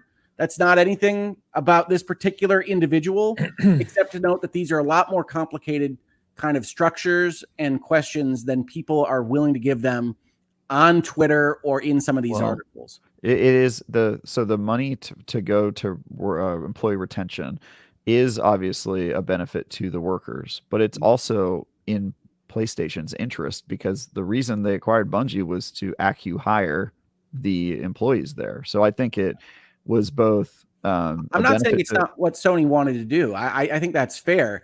But what I'm saying is once Sony agrees to spend $3.x billion, the retention bonuses and the equity price, those are split between the people that own the stock and the people that are working for the company. Totally. And so that is those ownership forces, whether it's Pete or anybody else that had equity in Bungie, having more money go to the workers themselves. So that's in theory though, right? No, it's not in theory. They earned those retention bonuses. It's more in the No. I'm not saying they didn't earn them. I'm saying that I think where people are struggling here, right, is this is not like one person coming out and complaining they were fired, right? You have droves of people with many, many examples with receipts basically showing like how the employees there at Bungie over the past couple of years have been working, so much so that they were, trying to buy food for each other, really struggling in a lot of senses in terms of how they were expected to do things and get Final Shape out the door. What we've heard about many times, we've talked about this a lot of times on the show, right? Just overall crunch, overall just the workers at the core level, right? Your base level, your foundational workers not being taken care of. And I think, as you pointed out, one of the prime examples was shown where the one dev was shown, Pete showed her, his new cars or whatever, and then fired her 2 days later. And again, to your point about, what he does with his money over here and buying cars. Okay, that's one thing. But I think that's being used as an example of like that spending your money how you want to. That's one thing, right? But to your point, I think it was like 1.2 billion of the 3.6 was retention, something like that, right? An estimate. And it's like, okay, so, doing simple math, right? You're a 1,200 person studio at the time. You lay off 100 people a year later. So say you're, 1,200 people and you've got all this money supposedly for employee retention. But then, why do you have so many employees now being let go? So many employees struggling to meet and make ends meet, so much crunch in your studio. The math just doesn't math at some point, right? And you start to raise questions of like, okay, where is all that money going? Because it's clearly you're not talking about a 15,000 person studio. Which one are you talking about? Because the operational budget of Bungie is a different question than the acquisition cost. True. I'm talking about just the money in general of their income from which we're going to get to in a different comment. Because prior to the layoffs last year, they noted a 45% decline in revenue, right? Everything we've seen with Final Shape has been positive. And so when you combine of maybe the past 6 to 12 months of performance combined with post-acquisition employee retention money that was built into the acquisition, the structure of what's happened over the past 2 years just seems very at odds with one another. But let's talk about Bungie's structure. Was it a decline in revenue, or was it 45% they missed their projection? That's a good question. I'll double check that, right? Let me double check. Go ahead. Okay, but we can talk about this from a structural perspective without even getting into the specifics of Lightfall and the Final Shape. Although I would note that when products come out, it's a trailing function, right? Like these decisions are made without knowledge of exactly how much were made prior to Final Shape, they said. Yeah, yes, exactly. They're going to be made before you know exactly how much Final Shape is going to make, because you don't know it right now, today, about how Final Shape is going to do. It was received well critically, and a lot of your fan base has said nice things about it, but you don't know whether that's going to penetrate the market. You don't know whether that's going to be enough to run the company. And I want to talk about how it has performed, by the way. I'm sorry? We know how it has performed. I don't know if you guys know that, but there was also separate reporting about how the Final Shape sold fewer copies than Lightfall, which makes sense. Like when you burn the bridge. Exactly. The kind of cadence with Destiny is when they have a bad year, the year after always sells poorly because the players who bought the previous year feel burned and don't want to go. So you kind of have to have 2 good years in a row to really knock it out of the park. So I think it was a foregone conclusion that it was going to sell not great because of the damage that Lightfall did. But the way that management sold this, as companies always do, if you've ever been a part of a company with crunch, which I've spent most of my career in those spaces, they tell you, this is do or die. This is make or break for us. And they really push you to get a product out. And it seems like the decision to get rid of these guys was probably made before Lightfall or Final Shape was even out the door. It was. So they said that. I think that there's a lot of like manipulative kind of stuff happening in terms of how that's where I was going back to the leadership aspect of this, right? Yeah. It feels like there's multiple failures of leadership. I want to talk about that leadership, because this is a single product company with, did you say 1,200 people? 1,600. Now it's down to 800. So they've lost 50% of their employees over the past 2 years. Okay, so just from the outside looking in, like that's way too many people to have in your structure as it is, right? So you talk about layoffs, and these people are human beings. I don't want anybody to lose their job. This is unfair. I know all these things, but in the video game industry right now, you don't have companies with more than 1,000 people building their entire livelihood and their chance of success on one product line. Well, they weren't doing that, just to be clear. The reason that they got their employee size like 5x'd is because they're working on 5 times as many projects. Now, that in itself could be the issue, right? You don't run it. Okay, so you don't run a company with 4 pre-market products at the same time. I mean, however you want to look at it, it's bloated and it's not putting enough stuff out into the market. Yeah, they had 4 pre-market products, and they also had delays on a product that was supposed to be out sooner. And they started their 3rd one as they were canceling the 2nd one, and then started the 4th and 5th one while the 3rd one was getting delayed, and while the first product was on a downward trajectory. There's so many problems with which all goes back to leadership. Everything you guys are talking about. At a fundamental level, I just don't understand how this happened. And I saw I think Alex Dice Twice was saying like, it was either selling the company or it wouldn't exist anymore. True, because of the decisions that were made. And I get why you would want to sell the company if you saw yourself in the position you saw yourself, but because you spiraled out of control and approved all these projects you shouldn't have. But it's still a question of, do you want Bungie to exist in the future and course correct now and handle those problems as an independent developer and publisher, as you said you were going to? Or do you want to basically sell the company knowing the future that's coming and kind of give up on it? Bungie has a pretty good chance of not being a thing, like kind of soon, right? Like that's a real reality. And I don't think you would have had that if they would have stayed with them, stuck the course and fixed the problems internally, because Sony's going to scrap them for parts, and maybe they should. Right at this point, maybe that's the good play for Sony, but I don't think it's the good play for Bungie. I don't think it's a good play for Bungie fans or players of the games, and it really annoys me. Like, everybody's got to make their own business decisions. I get that the board of directors and the people who start the company, they want their payout, but I think that they sold for pennies on what could have been a much bigger acquisition down the road. Okay, but by counterpoint, if they didn't change their ways in the last couple of years and they got to this point without having sold, then Sony way overpaid a couple of years ago, because there's a fire sale for Bungie assets right now. Yep. Yeah. I think they saw the risk and they decided to bet against themselves. So I get that, especially if you're seeing the writing on the wall of like, okay, well, we would have to do a lot of stuff to get out of this. I get that. It's just not the path I would have taken. Sure, but they hadn't demonstrated that they had the right leadership to make the correct decisions they needed to make, right? For years they've demonstrated poor decision making, which probably led them to the point that you didn't like, Travis, which is, let's just sell and get our payout and call it a day.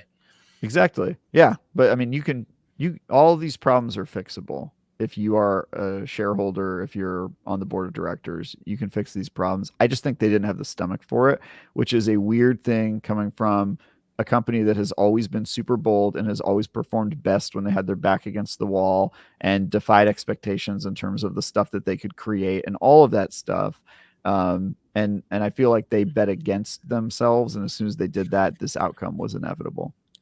So I think where the rub is with a lot of people, and I'll get to Chris's super chat here too, but I'm speaking for what I've seen, and a lot of the employees have been let go. The rub is what we've talked about, which is, if we've determined that the failures are really at the executive leadership level, right? Direction, planning, etc., right? For the studio itself. And now they find themselves in this situation where they've burnt out, they've had too many projects, they can't deliver all the things we've just discussed. Why is it always the workers that pay the price?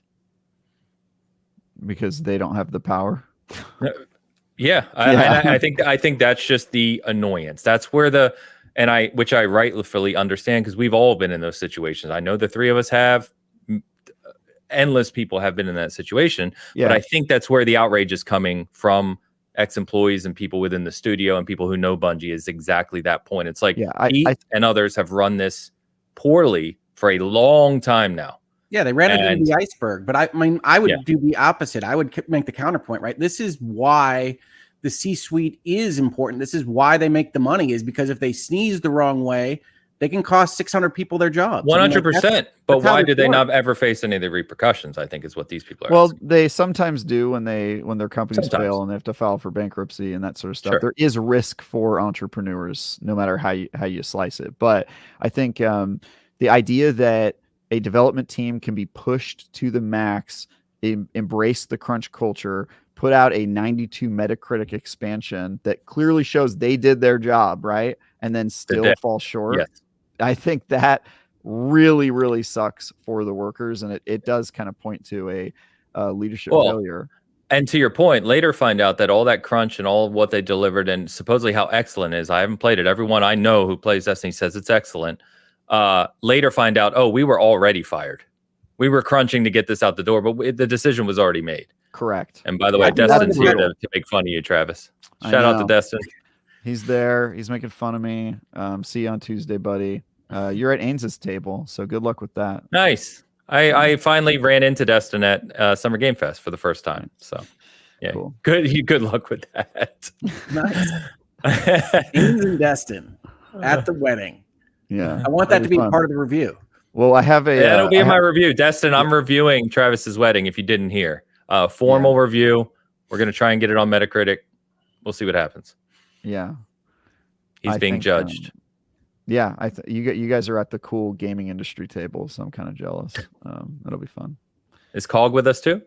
Cog, well, Ubantis was, but he got COVID, and then Tom Marks, all the IGN people are going to be at that table. Very cool. You got a pretty cool table. I'm kind of jealous that I'm not going to be sitting with you. It's all good. I see Destin referencing the Respawn purchase. I think certainly even at the time, but now in hindsight, the Respawn purchase is perhaps the biggest steal in gaming history. And that was $400 million. That is nothing for what Respawn has brought to EA. Yeah. Yes. That was a steal. Yes. And look, and Insomniac too. Sorry. I would have loved for Respawn to stay independent. I just think these companies are selling before they reach the apex of their creativity and their potential. And I get why it's a risky business. It's one of the toughest industries to succeed in. But I think there is a giant void in the games industry of these kind of like not Goliath companies, but the big enough to have a major impact somewhere in between Microsoft and Annapurna. There's this void of like Bethesda like companies when they were independent that is just gone. They're all getting sucked away. And I think it's taking a lot of creativity out of the space. And it's like watching the middle class disappear. It really hurts me, It's so weird. I would love to see that come back. And these companies just keep selling, I think, before they've really reached that point. And now we're seeing companies get bought when they haven't even put out a game yet. I mean, it's crazy. Yeah. Yeah, well, that's Firewalk. Was one of those. Yeah, exactly. So Destin says this quote here: Bungie does about $200 million in revenue, so I think Sony vastly overpaid. Was from Michael Proctor back in 2022 with the acquisition numbers. But Britt, I wanted to thank you for your super chat. I'm glad they overpaid. If you look at them as trying to get revenue out of that company, I think they were trying to get creatives and brain trust out of that resources, and I think they got that. So I mean, it doesn't make sense if you're looking at just the output, but this is a long tail vision play for Sony in my eyes. It's them saying we do not have the expertise to do any of the things that the future looks like the games industry is going to be like in the future. And this is a company that we know does it well. So let's grab the people who know live service, who know the stuff, and bring them in. Well, you keep saying Sony, but I mean, that was Jim Ryan's vision, I think we can say. And it's worth noting that Sony's under new management themselves. Correct. But yeah, and they did fire a ton of these guys, Destin, to your point. Yep, 100%. But they did it kind of after they scrapped for parts. These 150 people aren't the first people to move out of Bungie and take on roles in other parts of Sony. And I think We don't mean the creatives that came up with the circles versus triangles and like the Destiny lore. They mean creatives of like people figuring out the economics and maybe the 30-second shooty bits and that kind of thing. So it's not the Luke Smiths of the world as far as I understand it. Probably not, but yeah, I think I wouldn't be surprised if Luke Smith's deal that he took included working at a different Sony studio. We don't actually know yet, I don't think. But no, but I hope he's at 343. I'm selfish. That would be great. That would be great. I doubt it. But yeah, I mean, this is terrible. I think Sony probably got what they wanted, but it's terrible for employees. I think it's terrible for players. It's certainly already had a pretty devastating impact on Destiny as a game. And I hope they just let it go. Yeah. We did have another super chat I want to get to from my good buddy Chris Carpenter relating to this too, to what we're discussing. Chris Carpenter, brother to Sabrina Carpenter, offers $9.99 to say, Travis, has anyone looked at old Bungie news articles comparing sales numbers and, quote, exceeding expectations, unquote, to the reported comment that DLCs are not hitting where they need to be? Titans eat crayons. Yeah, so Titans are great. Yeah, Titans are great. Also, you should know that hunters are now the crayon eaters. They've been that way since for a while, since Stasis was added, and that became the forehead class. So sorry to break it to you, but that ship has sailed. Yes, there's a ton of stuff to look at and say that the exceeded expectations and that they were bragging about their sales numbers. Some of that could have been posturing because they knew that they were shopping the company around to be acquired. Some of it is probably accurate, although I think the important thing to keep in mind is that they grew a ton in recent years, and that means that they had to generate a whole lot more revenue to justify that. And they were not, I guarantee you, we're not generating that through Destiny. I think the plan was to generate it through the 3 or 4 games that would eventually manifest. But I think they got overambitious. They proved too many projects, especially knowing Bungie's kind of willingness to delay and all that stuff. And it just didn't work out. I will say, I don't think the game delays are that big of a deal. I think if you look at Bungie's track record, they delay games, but when they delay them, the results are good. Final Shape was delayed. It was good. All the Halo games, general slowness to their process. So, I mean, I think the delay is only when the iceberg kind of gets above the surface level for us. Yeah. But I suspect they're also slow on the internals that Sony would have been looking at the same time. I think they probably are, but they produce the results. I think the problem here is pretty clearly to me that they didn't understand their own content pipeline tendencies and approved way too many projects and hired way too many people before they were ready to do so. And I think a slower growth plan probably would have been more successful.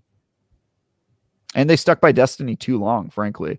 That's the other part of the story that I really wanted to get into, which is that Destiny has been dying a really slow death for a while, and it's sort of been an open secret to everybody who plays Destiny. We've all known it.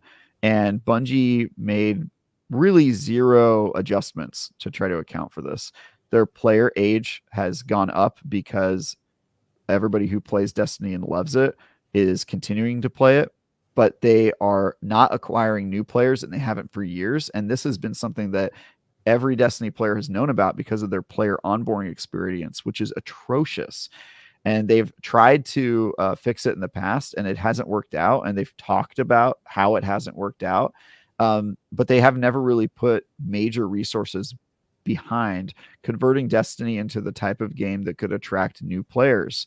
Like, no one from Generation Alpha plays this game. There's probably very few Gen Z people who play this game. It's basically like millennials and older, and their player base was going up because if you didn't get on the Destiny train when it left the station, in 2014, it's really hard to get on it now.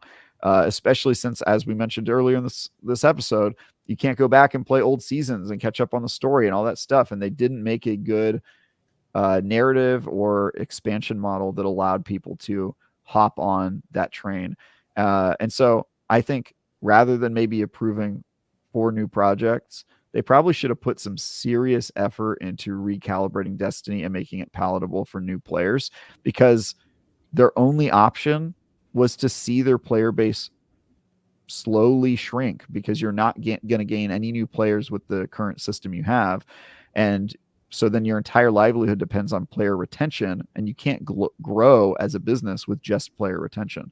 So they really, really, I think, committed to trying to keep their Destiny players just playing the game and spending money in the game. That was never going to be a model for success, certainly not for growth. So it's kind of brutal. Well, I tend to agree. I would say that when the Destiny project started up, it was already skewed older, right? When you talk about the Traveler and you talk about the esoterica in the Destiny kind of DNA, it's more Isaac Asimov and hard sci-fi than it is Halo Marines and shooting colorful aliens that wee at you while they throw grenades up in the air. It's a very different kind of feeling game anyway that already skewed towards an older kind of hard sci-fi fandom. And then you give it a 10-year runway.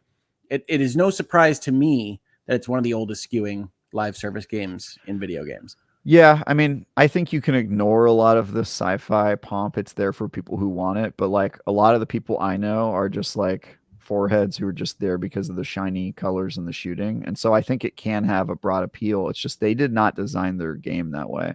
I also don't think a 10-year runtime really matters. Like WoW has gained new players all the time because they make it easy to get into that game. You don't have to worry about the history. They don't set up all these artificial barriers that make it really unpleasant to play Destiny at this point in time.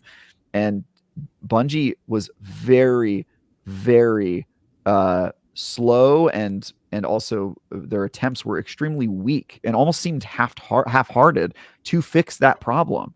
And it was something every Destiny player liked. They were like, I like this game and I'm in it, but I can't get any of my friends to play.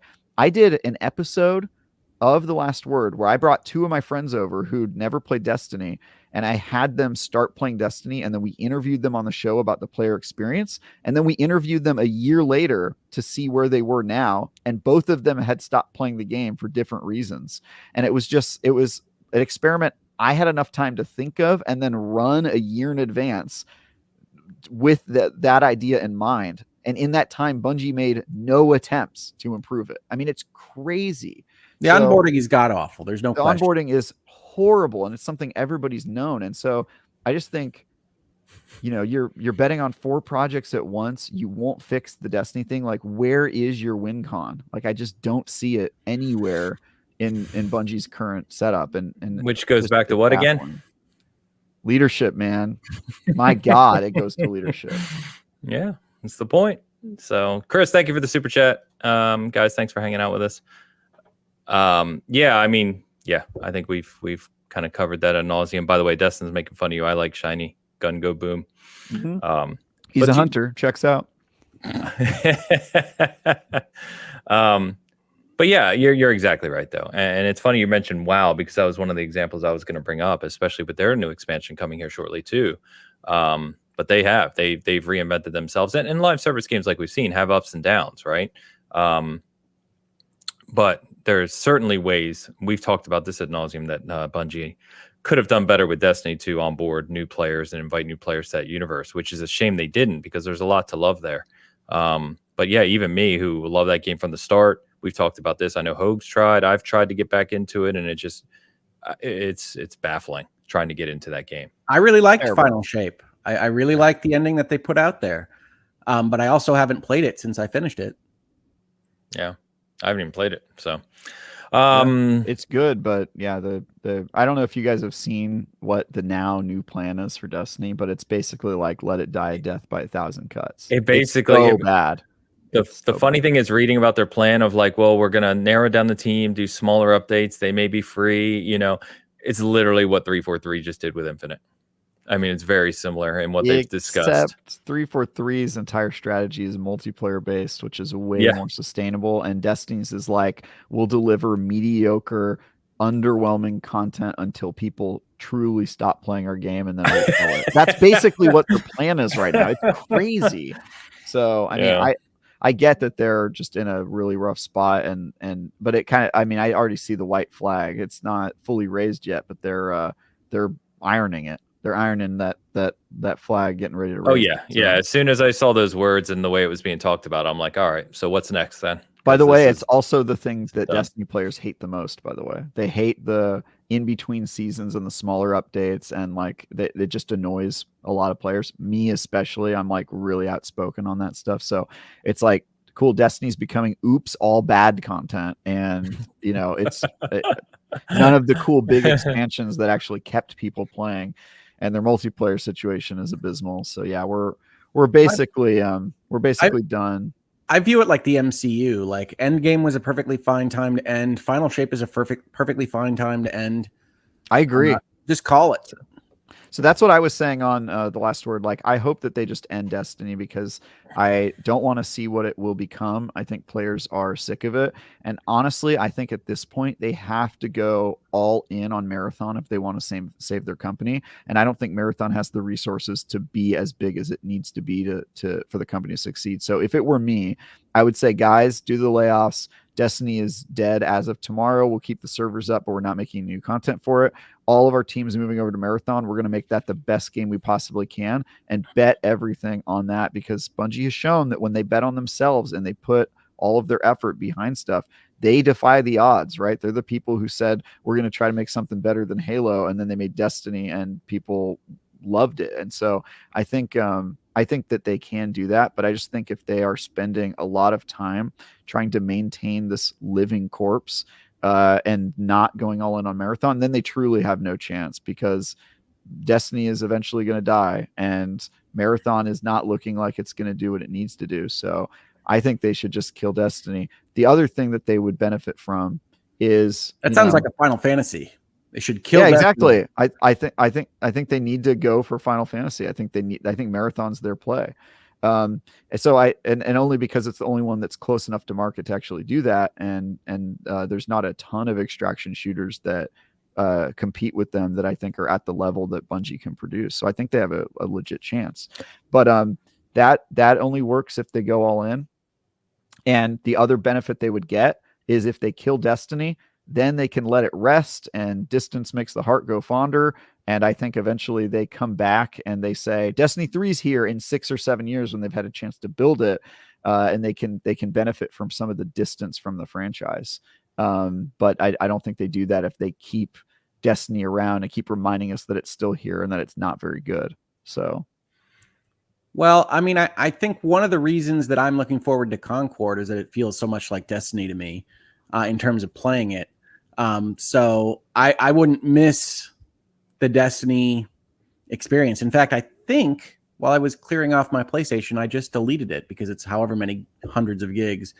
But I am not as convinced as you are that Marathon is the basket where I would be putting my eggs. At least as it's described. They have no other basket. I think Travis's point is, what else? Were they going to spin up a new IP right now? Because now you're 4 or 5 years out. Are internally. I just don't think the problem is none of the baskets are close enough to being done to hit when they need it to hit. And so I'm not saying like that. I think Marathon is like poised to blow it out of the water, but it certainly isn't right now with the level of team that they have committed to it. And I honestly think if they put all the resources behind it and made it their Final Fantasy last ditch effort, that it could be successful, because I believe in the talent at Bungie.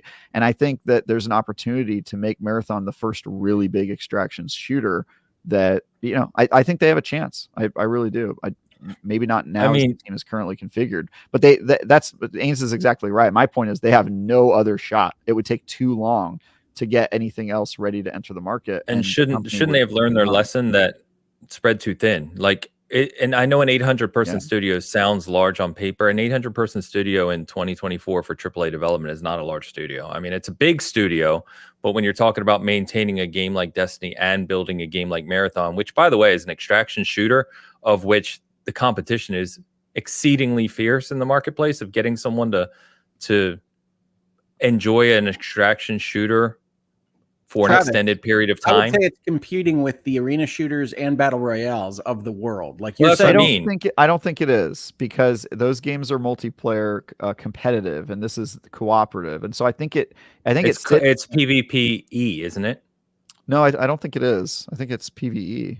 Aren't extraction shooters Oh, you're right, because it's got kind of a darkness zone element to it.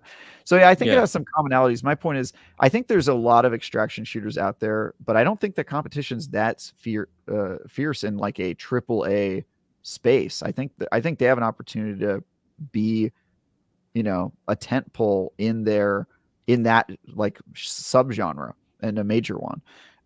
They have the opportunity. I mean, we'll see. I don't want to doubt Bungie. Bungie's mechanics.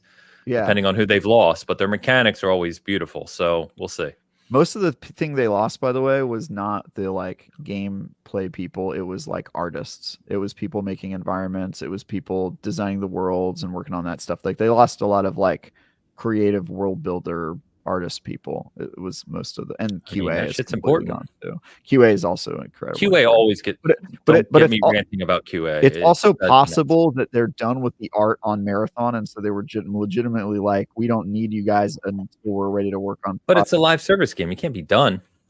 I know. And none of this is good. None of this is good. None of it makes sense. Yeah, QA is like, so I've run QA departments, and it's the thing that always drives me crazy, not to go off on a tangent, is executive leadership does not understand the importance of QA and testing. They never do, no matter how much you stress it, and they're always some of the first people to get cut and treated poorly. And I think the value of QA in departments like that in game development is misunderstood and underappreciated, and that will come back to bite them. That's what I would say. So we've been talking about this a while. Let's get caught up on a couple of comments real quick. By the way, Destin said I was already done after Final Shape. Now I'm 1,000% done. So. Yeah, no, he canceled Fireteam chat forevermore. So I think that's a pretty good sign. Yeah. Tao, it's $10 super chat. Tao Zochi offers $10 to say, I played D1 up until before Taken King. As someone who never touched D2, they don't respect all of D2 by vaulting content, so I will never touch it. But that's me. I do think the vaults pissed a lot of people off, certainly me. I think you are an example of a player that like fell off, which I think is fine. It's going to happen no matter what. Their problem really was that they had no way to gain new players. But yeah, there's always going to be churn. Churn is natural. What did vaulting content have to do with gaining new players? I missed the point there. No, I'm just saying he's pointing out something that made him leave. And I think everybody who leaves Destiny has their own reasons for doing it. It's like different things that triggered it. I just got bored, or I didn't like that they vaulted, or I didn't like that they made this change to Crucible. But I think that that's all fine. You're going to get churn no matter what. The problem is when you have churn and you have no way to gain new players. Oh, yeah. I got you. Bad, okay, yes. So. But that's absolving their decision-making. You're going to lose people anyway, so it doesn't matter what we do. And vaulting stuff that I had paid for particularly irked. Yep. Which is why they reversed the decision and said they're never going to vault anything ever again. While leaving the stuff in the vault?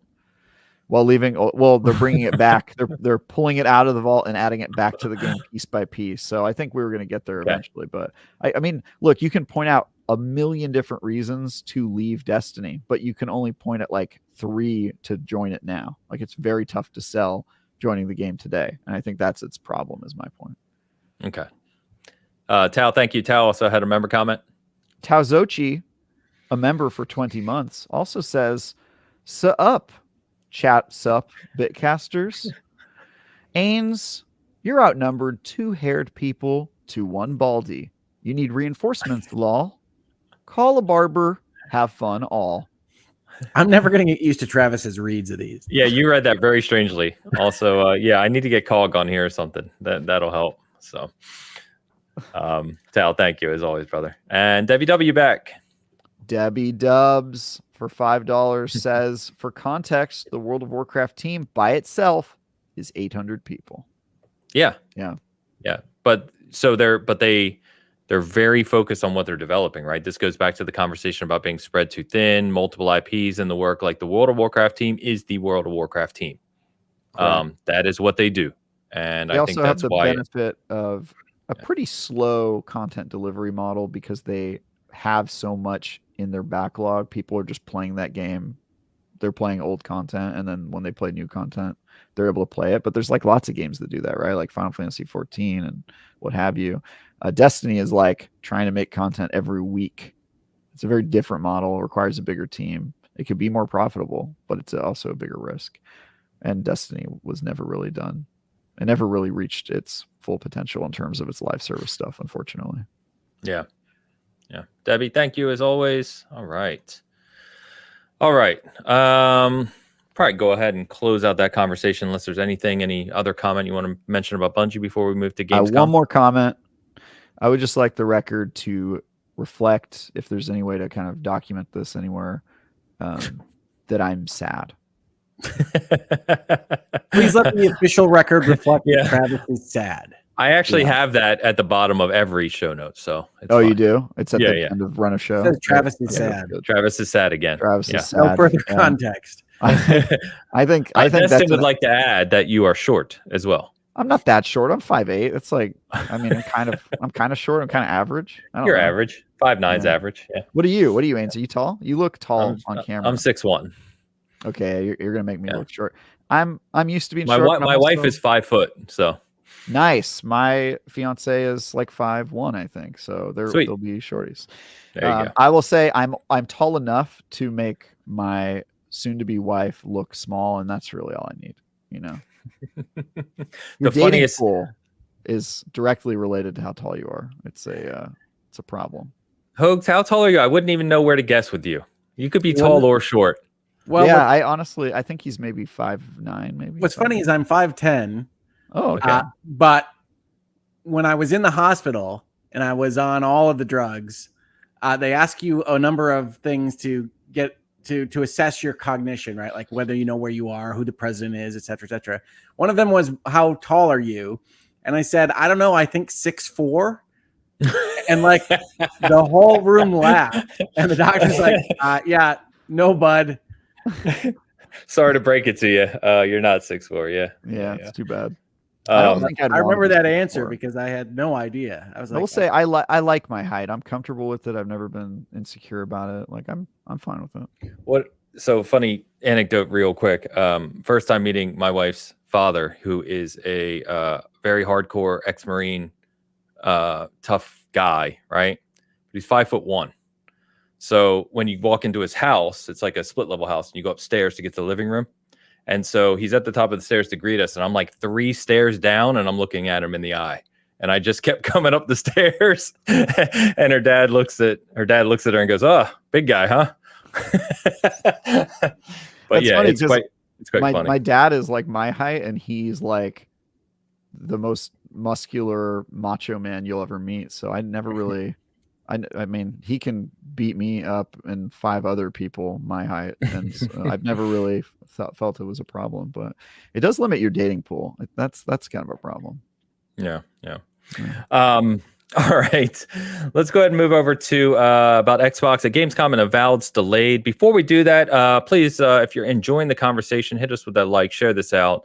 As I mentioned recently, the YouTube algorithm has been messy, and I know Hogue and I both, for variously different reasons, are not on the content train that we are normally on. Just life getting in the way. So everything helps us. I would definitely appreciate that on both sides of the house. Absolutely. So, yeah. All right. So, guys, Gamescom is in a couple weeks. Xbox announcing a big presence at Gamescom and a bunch of games and showcases and other things they're going to show off, including Starfield Shattered Space. They've obviously got more Indiana Jones content. They're showing off a bunch of expansions, including Vessel of Hatred, Milepost Zero for Fallout 76, Gold Road for Elder Scrolls.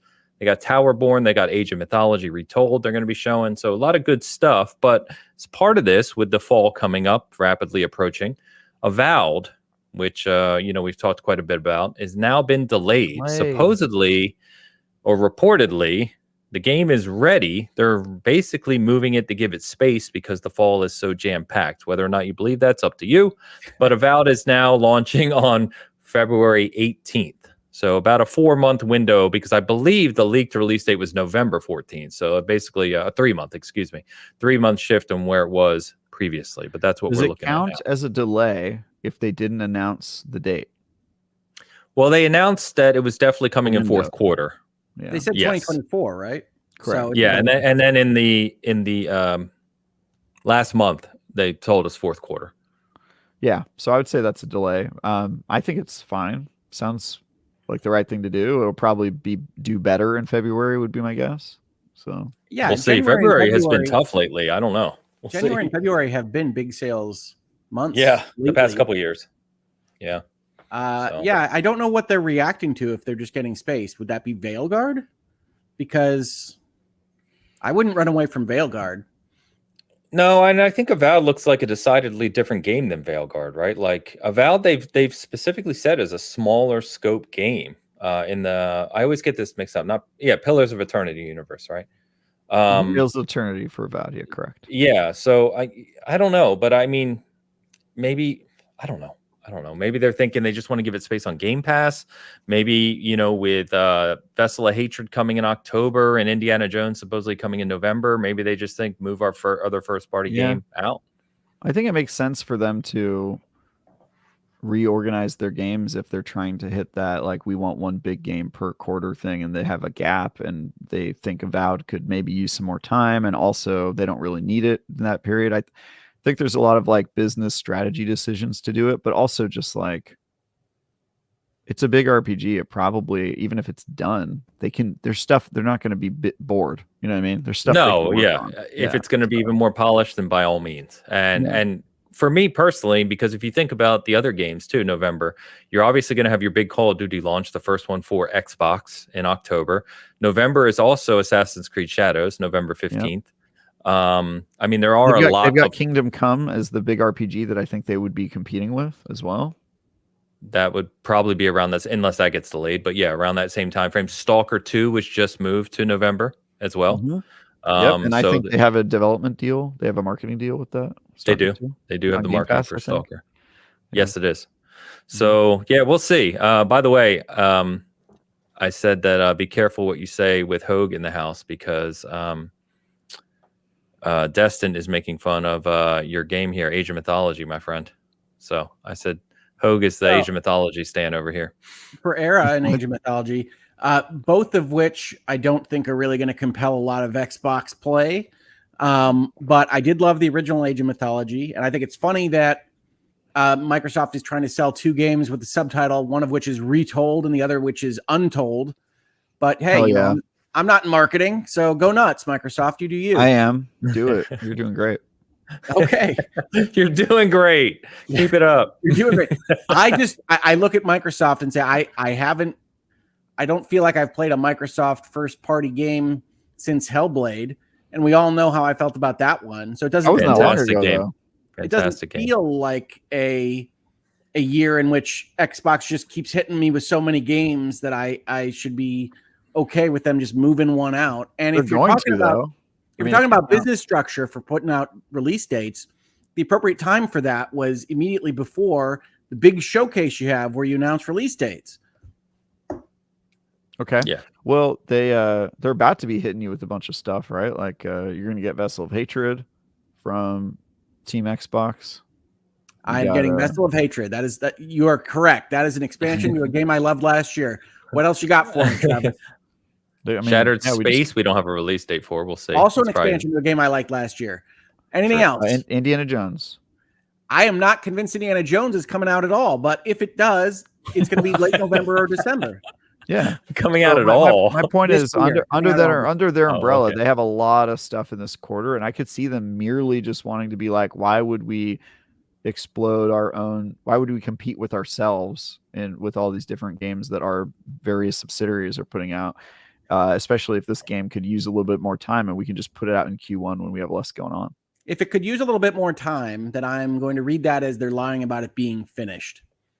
I think that they probably are, but I always assume that what I'm being told is a lie because I'm a skeptic. No, I think it's fair to have an adversarial relationship with press releases. I think that Microsoft has had this problem for years, especially after the acquisition started, which is they make more promises than they can seemingly keep. We saw it with the show where they said everything's coming out this year. That didn't work at all. This year, they didn't put very many release dates on. We saw the Avowed team accidentally put a date in their like Xbox press release post, right? Like that's the date you were mentioning. November 14th. Yep. And I don't feel like Avowed has had enough presence to really have me be expecting it this fall. You see what a real marketing presence looks like with Veilguard, where they jumped on and started showing stuff immediately. But I don't mind this delay. I just don't think people should be saying, well, it's because Microsoft is so loaded, because I don't think they are. Yeah, I think that's fair enough. I am one of the people very excited for Indiana Jones. I hope that still hits. I would assume moving Avowed means Indiana Jones is still going to hit, considering those were their two big new releases for the year that weren't expansions, to your point. Towerborn, I think, looks really cool, but I wouldn't consider that a major release. I am extremely excited for Avowed. I think Obsidian, I love Obsidian, so I think they're going to crush that. But I don't have any problem with this moving to February. Again, I don't know if February, we'll see come December-ish maybe, but February has been a really tough month the last couple of years. There's been some huge releases in February, so we'll see. We'll see what happens. But yeah, this fall is, from a all-up gaming standpoint, this fall is stacked. I told you, I love this end of August sequence. I love Concord, it's ridiculous. Star Wars, Astrobot, like that. Space Marine, and I forgot about Black Myth Wukong is in 2 weeks as well. There you go. So, yeah, that one. Yeah, there's like 5 games I want to play in a 2-week span, which is too much. But yeah, anyway, that's Gamescom again. Reminder is August 21st to 25th, so a few weeks, and then Keely's doing his opening night live the night prior. So on the 20th. So a lot more to come there. It looks like it's going to be a very big show. And there's something next week that we'll talk about more with Gamescom too. So more to come on that. But yeah, we'll see. We'll see what they get. We better get it's freaking end of August. We better have the firm release date for Indiana Jones coming out of that show. Do you think we get the release date for Shattered Space or Window? I hope so. I actually couldn't believe that they didn't give dates on that during the E3 timeframe. So yeah, I think we should get dates for both. Yeah, hopefully. Cool.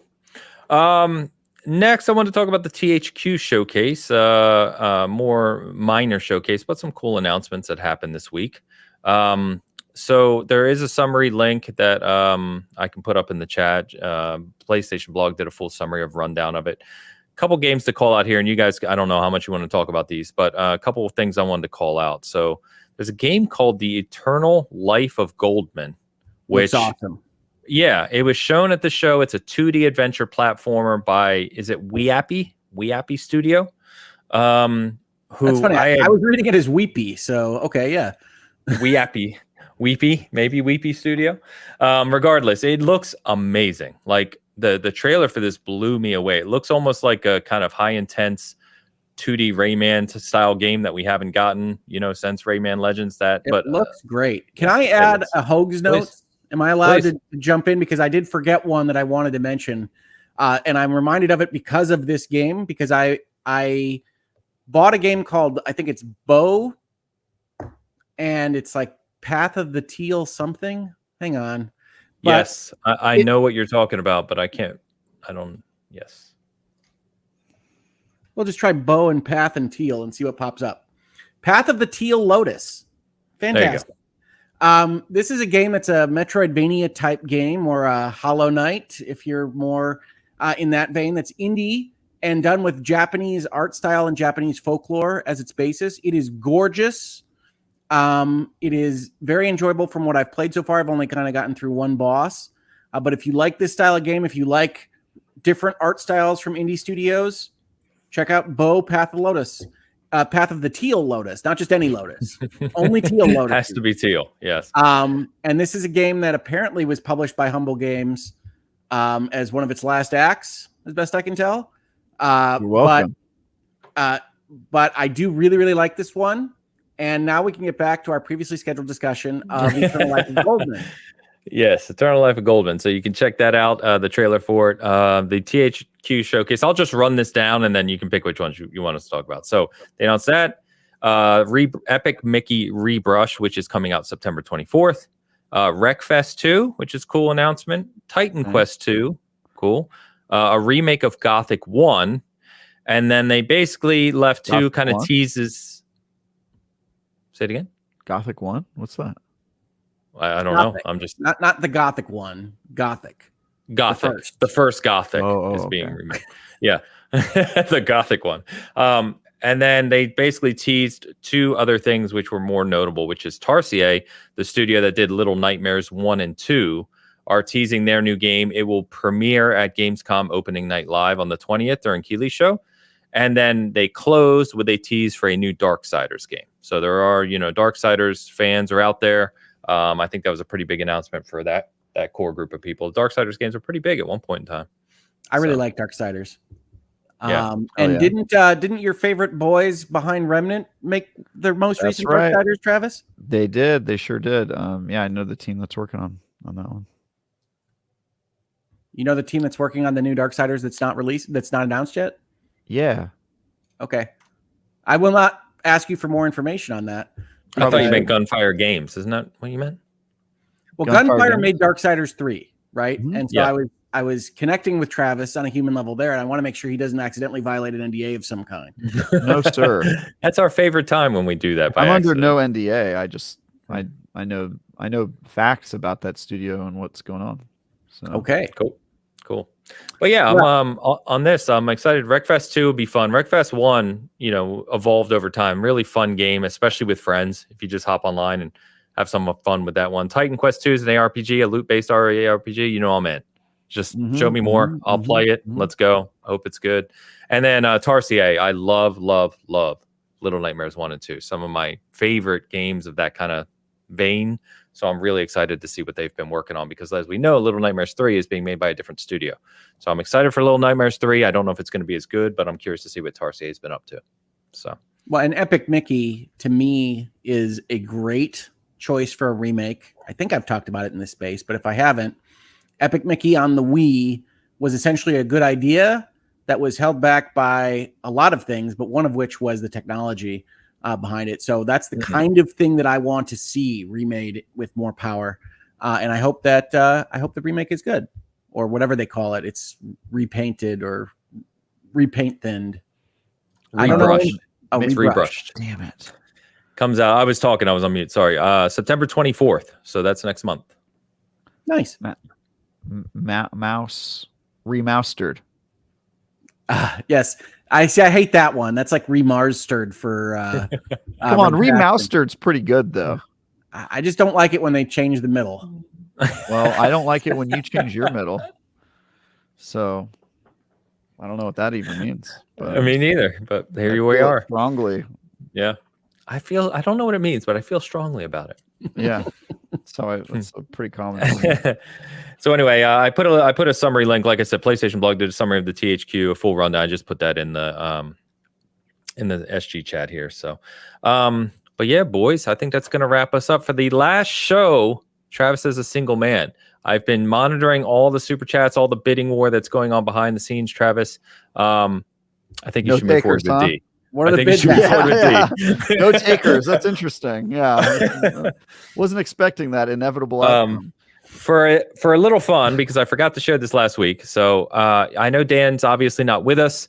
I did want to hear from Dan about how say it like that. That sounded like he's dead. He's not with us anymore. You do that so often. Like you did it with Hogue in the picture frame that made him look like he was deceased. Now you're saying I thought Hogue was a goner. Okay, I'm a betting man. I bet on black, and he proved me wrong. Good for him. I lost a lot of money. We'll let it go. But Dan, shout out to Against the Tide, our legend who helps us with a lot of things around here, has the fun AI picks every week. She helped out because we were talking about hearing from Dan on what he's been playing and what he's been up to. And she put this together. So this is credit to her, but I'm going to share this. Audio listeners, I apologize slightly in advance, but here you go. A little fun before we close the show.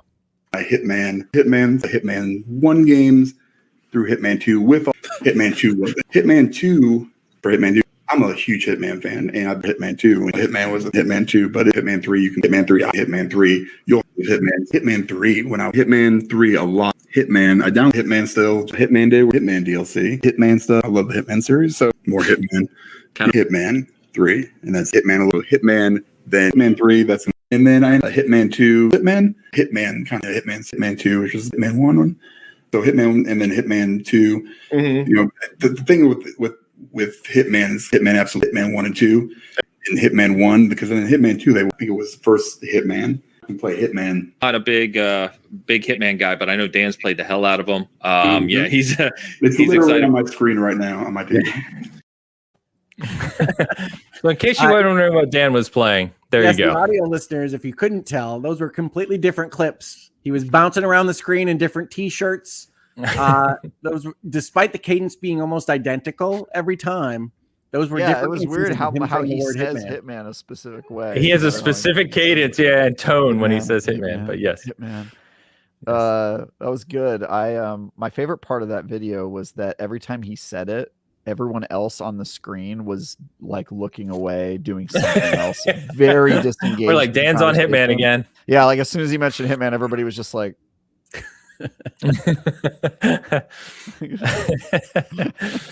Oh man, but Dan is doing well. We still talk to him, of course, all the time, so he's doing well. Anyway, let's go ahead and close this one up. Chat, you've been awesome today. Great to have everyone back with us. Thank you so much for hanging out with us today. Audio listeners, you've been great too. Our audio listeners count has kept going up the past couple weeks. I don't really know why. I don't know if it's just summer people maybe. I keep buying new cell phones. Hogue, I think, probably nailed it. You keep buying new cell phones. Yeah, maybe it's just summer cruising around listening to us instead of watching. Either way, I understand. Maybe we'll just go no cameras on the live show to help you guys. But Hogue, go ahead. Well, first and foremost, I didn't know it wasn't going to be a topic today, but I do want to mention that Game Informer is no more. Oh, god damn. How did I forget to put that on the list? I pour one out if you've ever read a Game Informer or been solicited to purchase them in a GameStop near you. But they are apparently done with their magazine run. And I do miss video game magazines. Like I used to have them around the house, around the dorm room. EGM. You randomly see them. You smile at the cover. Maybe you read a story. Maybe you take it to the bathroom with you. None of that is available anymore, and I miss it. So I do. That's my seasoned take. Yeah, I mean, I have no affinity for physical magazines, but I think that their contribution to gaming is undeniable. I think the content they produced was high quality and cool, and I'm very sad that their apparently entire library of content just disappeared. Like that almost seems criminal. So yeah, I mean, I don't like to see the industry consolidate any more than anyone else, and wish that they could have existed in some form. It seems weird to just go from being here to not existing at all. I kind of expected them to take at least that middle step of getting rid of their physical magazine, which I don't think makes a lot of economic sense in this day and age. But yeah, they were a good outlet. Shout out to Blake Hester, one of my good friends who was the editor-in-chief there for a while, and who I started out with in working for free at a no-name outlet. So yeah, I apologize. I forgot to add that on there. Very frustrating for me. I've been long time GI fan. I have all kinds. I probably have hundreds of issues of GI stacked away. They were around for 33 years. They were a staple. Funny enough, when I did the Extra Life thing 2 weekends ago, Dan Reichert was there, who's at Giant Bomb now. So I was talking to him for a long time about that. One of the other guys, I'm going to forget his damn name now. Daniel Tack, who was at GI for a long time. He's at Bandai Namco now. He was actually who I demoed Shadow of the Erd Tree with at Summer Game Fest last month, and we talked for a little while about GI. I had Andrew Reiner, former editor-in-chief, on this channel. We talked one-on-one for a while, so just been a big influence for me in gaming for a long time, and I was very, very frustrated to see what happened to that crew over there. Even the guys who were working there up to the last day, like Alex and Wes and everyone, saw those guys in LA, really good guys. They worked really hard. They were a staff of only 12 people, and they produced a lot of content for 12 people. So very frustrating. I think some of the decisions GameStop has made in their executive leadership, again, going back to leadership, have been very poor. But it's frustrating. So I feel bad for those guys. I wish them all the best, and it's a sad day for sure. You're saying we shouldn't buy GameStop stock? Once again, like this show is not a legal advice forum. It's not a financial or stock tips forum. All of regardless of what Travis might tell you. All the things I say are financial advice, just to be clear. Yeah. So good call out, Hogue. How I trigger Hogue by violating all of the things you're supposed to do. That was so good. He can't control me. No one can. I'm an animal. Yeah. Oh my goodness gracious. Anyway, anything else you want to call out, Hogue? Or are you good?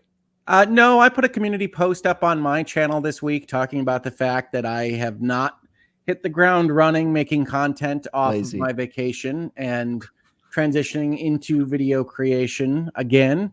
But we'll see how that goes. I have a long list of things people have mentioned they want to hear from me about. And it's just been easier to participate in panels and group discussions than it has been to create virtual legalities or anything like that of late. So I will continue to do my best, and I appreciate everybody hanging in there with me. Yep. I would echo that on my own channel as well. Travis, go ahead, man. Yeah, well, I don't have a ton of content to promote since I'm in between reviews and preview content, but I'll have a ton next month, or I guess later this month once my wedding's out of the way. I have an important question, Travis. Yeah, go ahead. Will you be reviewing your wedding? Ooh, that's a great question. Yeah, I think so. Why not? It's a conflict of interest there. I don't want him to review his marriage. I just want him to review his wedding. Yeah. I think he's got to let. He hasn't put enough time into the play to review the marriage yet, Hogue. Because here's the thing. Yeah, right. Yeah, that's very true. I can review the what do you call it? You're in preview. The beta. Yeah, you can review the beta. But I can review the courtship. It'd be nice, right? It'd be good. I think she would have some things to say about the courtship, for sure. Yeah, we need to know who got the editorial pen on that one. Yeah. So, I could review it because there are some things that aren't up to me, right? Like I've hired a lot of vendors and there's a lot of logistic and teams working around me, so I can kind of give them. I will certainly be giving everybody individual feedback, our photographer, our videographer, etc. So why not review it? Why not tell my best man what I think of his best man speech? 4 out of 10, too much lady. Yeah, for those of you who don't know, I am a lord, and so she will become my lady wife, which will be fun. We have a lot of nobility references in our wedding. That sounds like fun, Ains. Enjoy. It's gonna be great. D, get in here. D. Yeah, I'm excited for her to be on the show as a guest to tell you what it's like living with me. But yeah, I'm excited for you to meet her. Ains. Hogue, I wish you were there. You can still come. Yeah, tell her to set up in the coming weeks because we're gonna have her on to talk about the wedding and to talk about just random things. I mean, you'll be able to coordinate this with her when you meet her on Tuesday. So she may be a little busy on Tuesday. No, just saying. she's gonna hang out for our Wednesday Operation Black Bear, all that stuff. That'll be fun. Cool. So Black Bear, Hogue, we'll talk after the show. But anyway, we have some cool stuff planned. So I just wanted to say real quick that my life is going to change a little, and that's cool. I mean, really nothing's changing except for I'm getting married, but I just wanted to say that this show represents a very cool part of my life. I got to start doing a lot more shows when COVID happened. I met a lot of people, including Dan, Hogue, and Ains, who we decided to put the show together put the show together as a group. And I will never forget this part of my life, no matter what else happens, because it has been awesome and lots of new stuff and new friends and living in this weird San Francisco place with D and all this. So I think this will be one of those times where I eventually look back at and be like, those were the good old days, right? When we had that new Bitcast show and D and I were just starting dating and I was doing crazy reviews all throughout the night. And who knows how long I'll be able to keep that up. But this has been such a awesome part of my life. And I'm excited for what the next chapter looks like. Is he leading the show, Hogue? Is this? Yeah. Do my messaging ears hear a couple past tenses there? Yeah. No, I mean, this is the past tense. Like going forward, it's going to be a different show and a different like kind of, you know what I mean? Like this is kind of a preface to. If you think that I'm not going to challenge you just because you're married, you got another thing coming, buddy. No, but you're going to be challenging married Travis, and so he's going to have a whole different worldview. I don't know. Probably nothing's going to change. But my point is that I just think that this will be a kind of lightning in a bottle part of my life that I'll never be able to recapture. Right, because there were so many new things and different crazy world events going on at the same time that allowed this specific cocktail of events to transpire. That led me I know what you mean. And it will never be back at that, no matter what happens in the future. So I'm just very excited for that. But yeah, it's gonna be great, and I'm excited to hang out with you. And that was a unexpected real moment.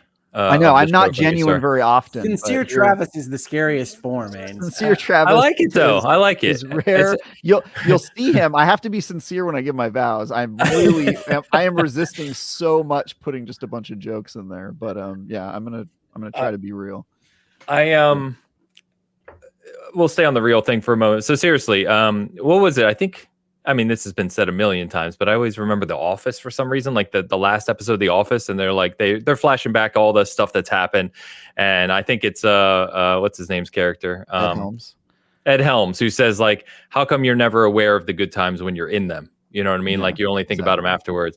And for me, getting older, losing my son, not to get too serious here, but losing my son and things that have happened in my life, I put those things into reflection more now than I used to by a long stretch. And, you know, just hanging out with you guys, talking, bullshitting about video games and making jokes and the things going on in my personal life with family and stuff. It's really good right now. You know what I mean? And you do need to take that step back and appreciate those things and recognize them in the moment, because things can change in an instant.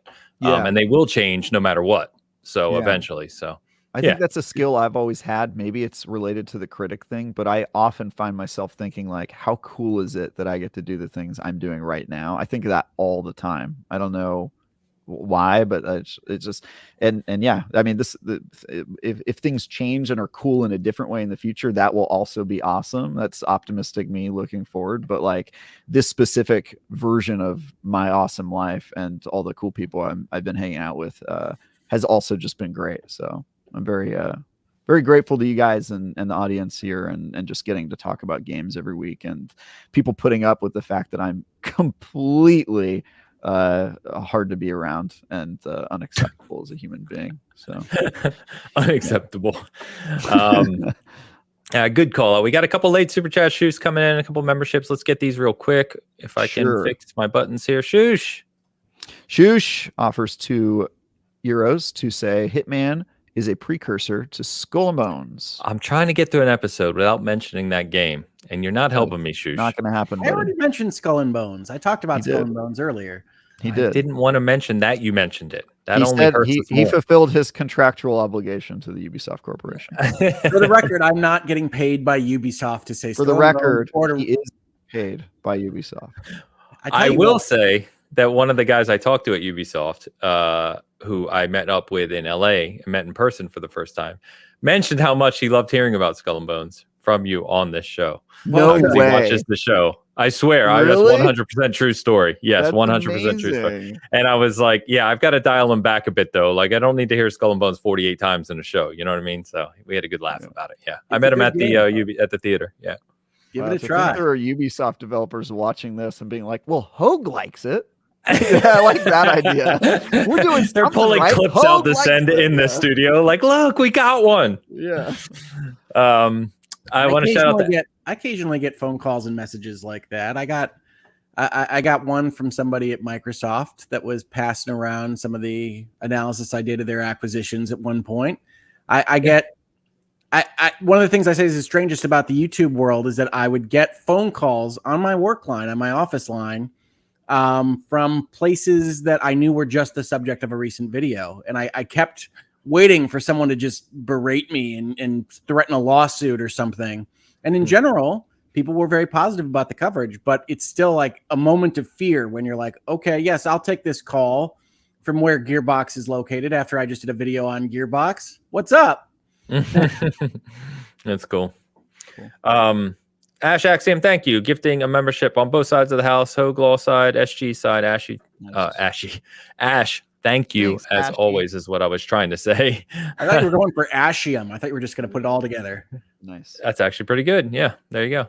Shoosh, again. Shoosh also offers €5 to say, can't wait to see replayability score for Travis's wedding from He better have something planned or I'm going to be harsh. Yeah, replayability is going to be brutal. Yeah. That's a tough one. I think not applicable, I guess. No, you're not getting away with an NA. Okay, no, fun. No. Shoosh, thank you as always for the generosity. What if you showed up to my wedding and I made everybody sign an NDA? Like you're not allowed to, it's like, don't forget, embargo lifts on this wedding. 4 days after the wedding, you can talk about it. Mysteric Claus, I think I got that right, is a member for 21 months and says, I'll be nice and not mention Skull and Bones. Good job. Thank you for the membership. I hated canceling it. Green Heart, happy wedding, Travis. Remember to show down. Green Heart. Does that mean slow down, or does she actually mean you need to show down? Are we doing a duel in the middle of our ceremony? We don't know. Fair enough. Claus, thank you very much. All right. On the SG side of the house, yeah, it's been quiet over here too. That's why I said I appreciate everyone hanging out with us today. Between career work, travel, be away this week for Travis's wedding. I'm away again a week in September. Just a lot going on. Have not kept up with content like I'd like to, but some good things in the works. We've got some people working on some things. We're actually teasing internally a complete kind of rebrand of SG right now. It's still going to be Season Gaming, but just a whole new look and feel. Some things we're working on should be very cool. I'm very excited about that. So more to come in the near future. But thank you all for hanging out with us this Sunday. We will be back with funny stories next week from Travis's wedding. Hopefully no one dies. We'll see what happens. I don't know. It's going to be wild. Risk. But yeah. But anyway, hope you enjoy your gaming this week. And as always, we will see you next Sunday. Until then.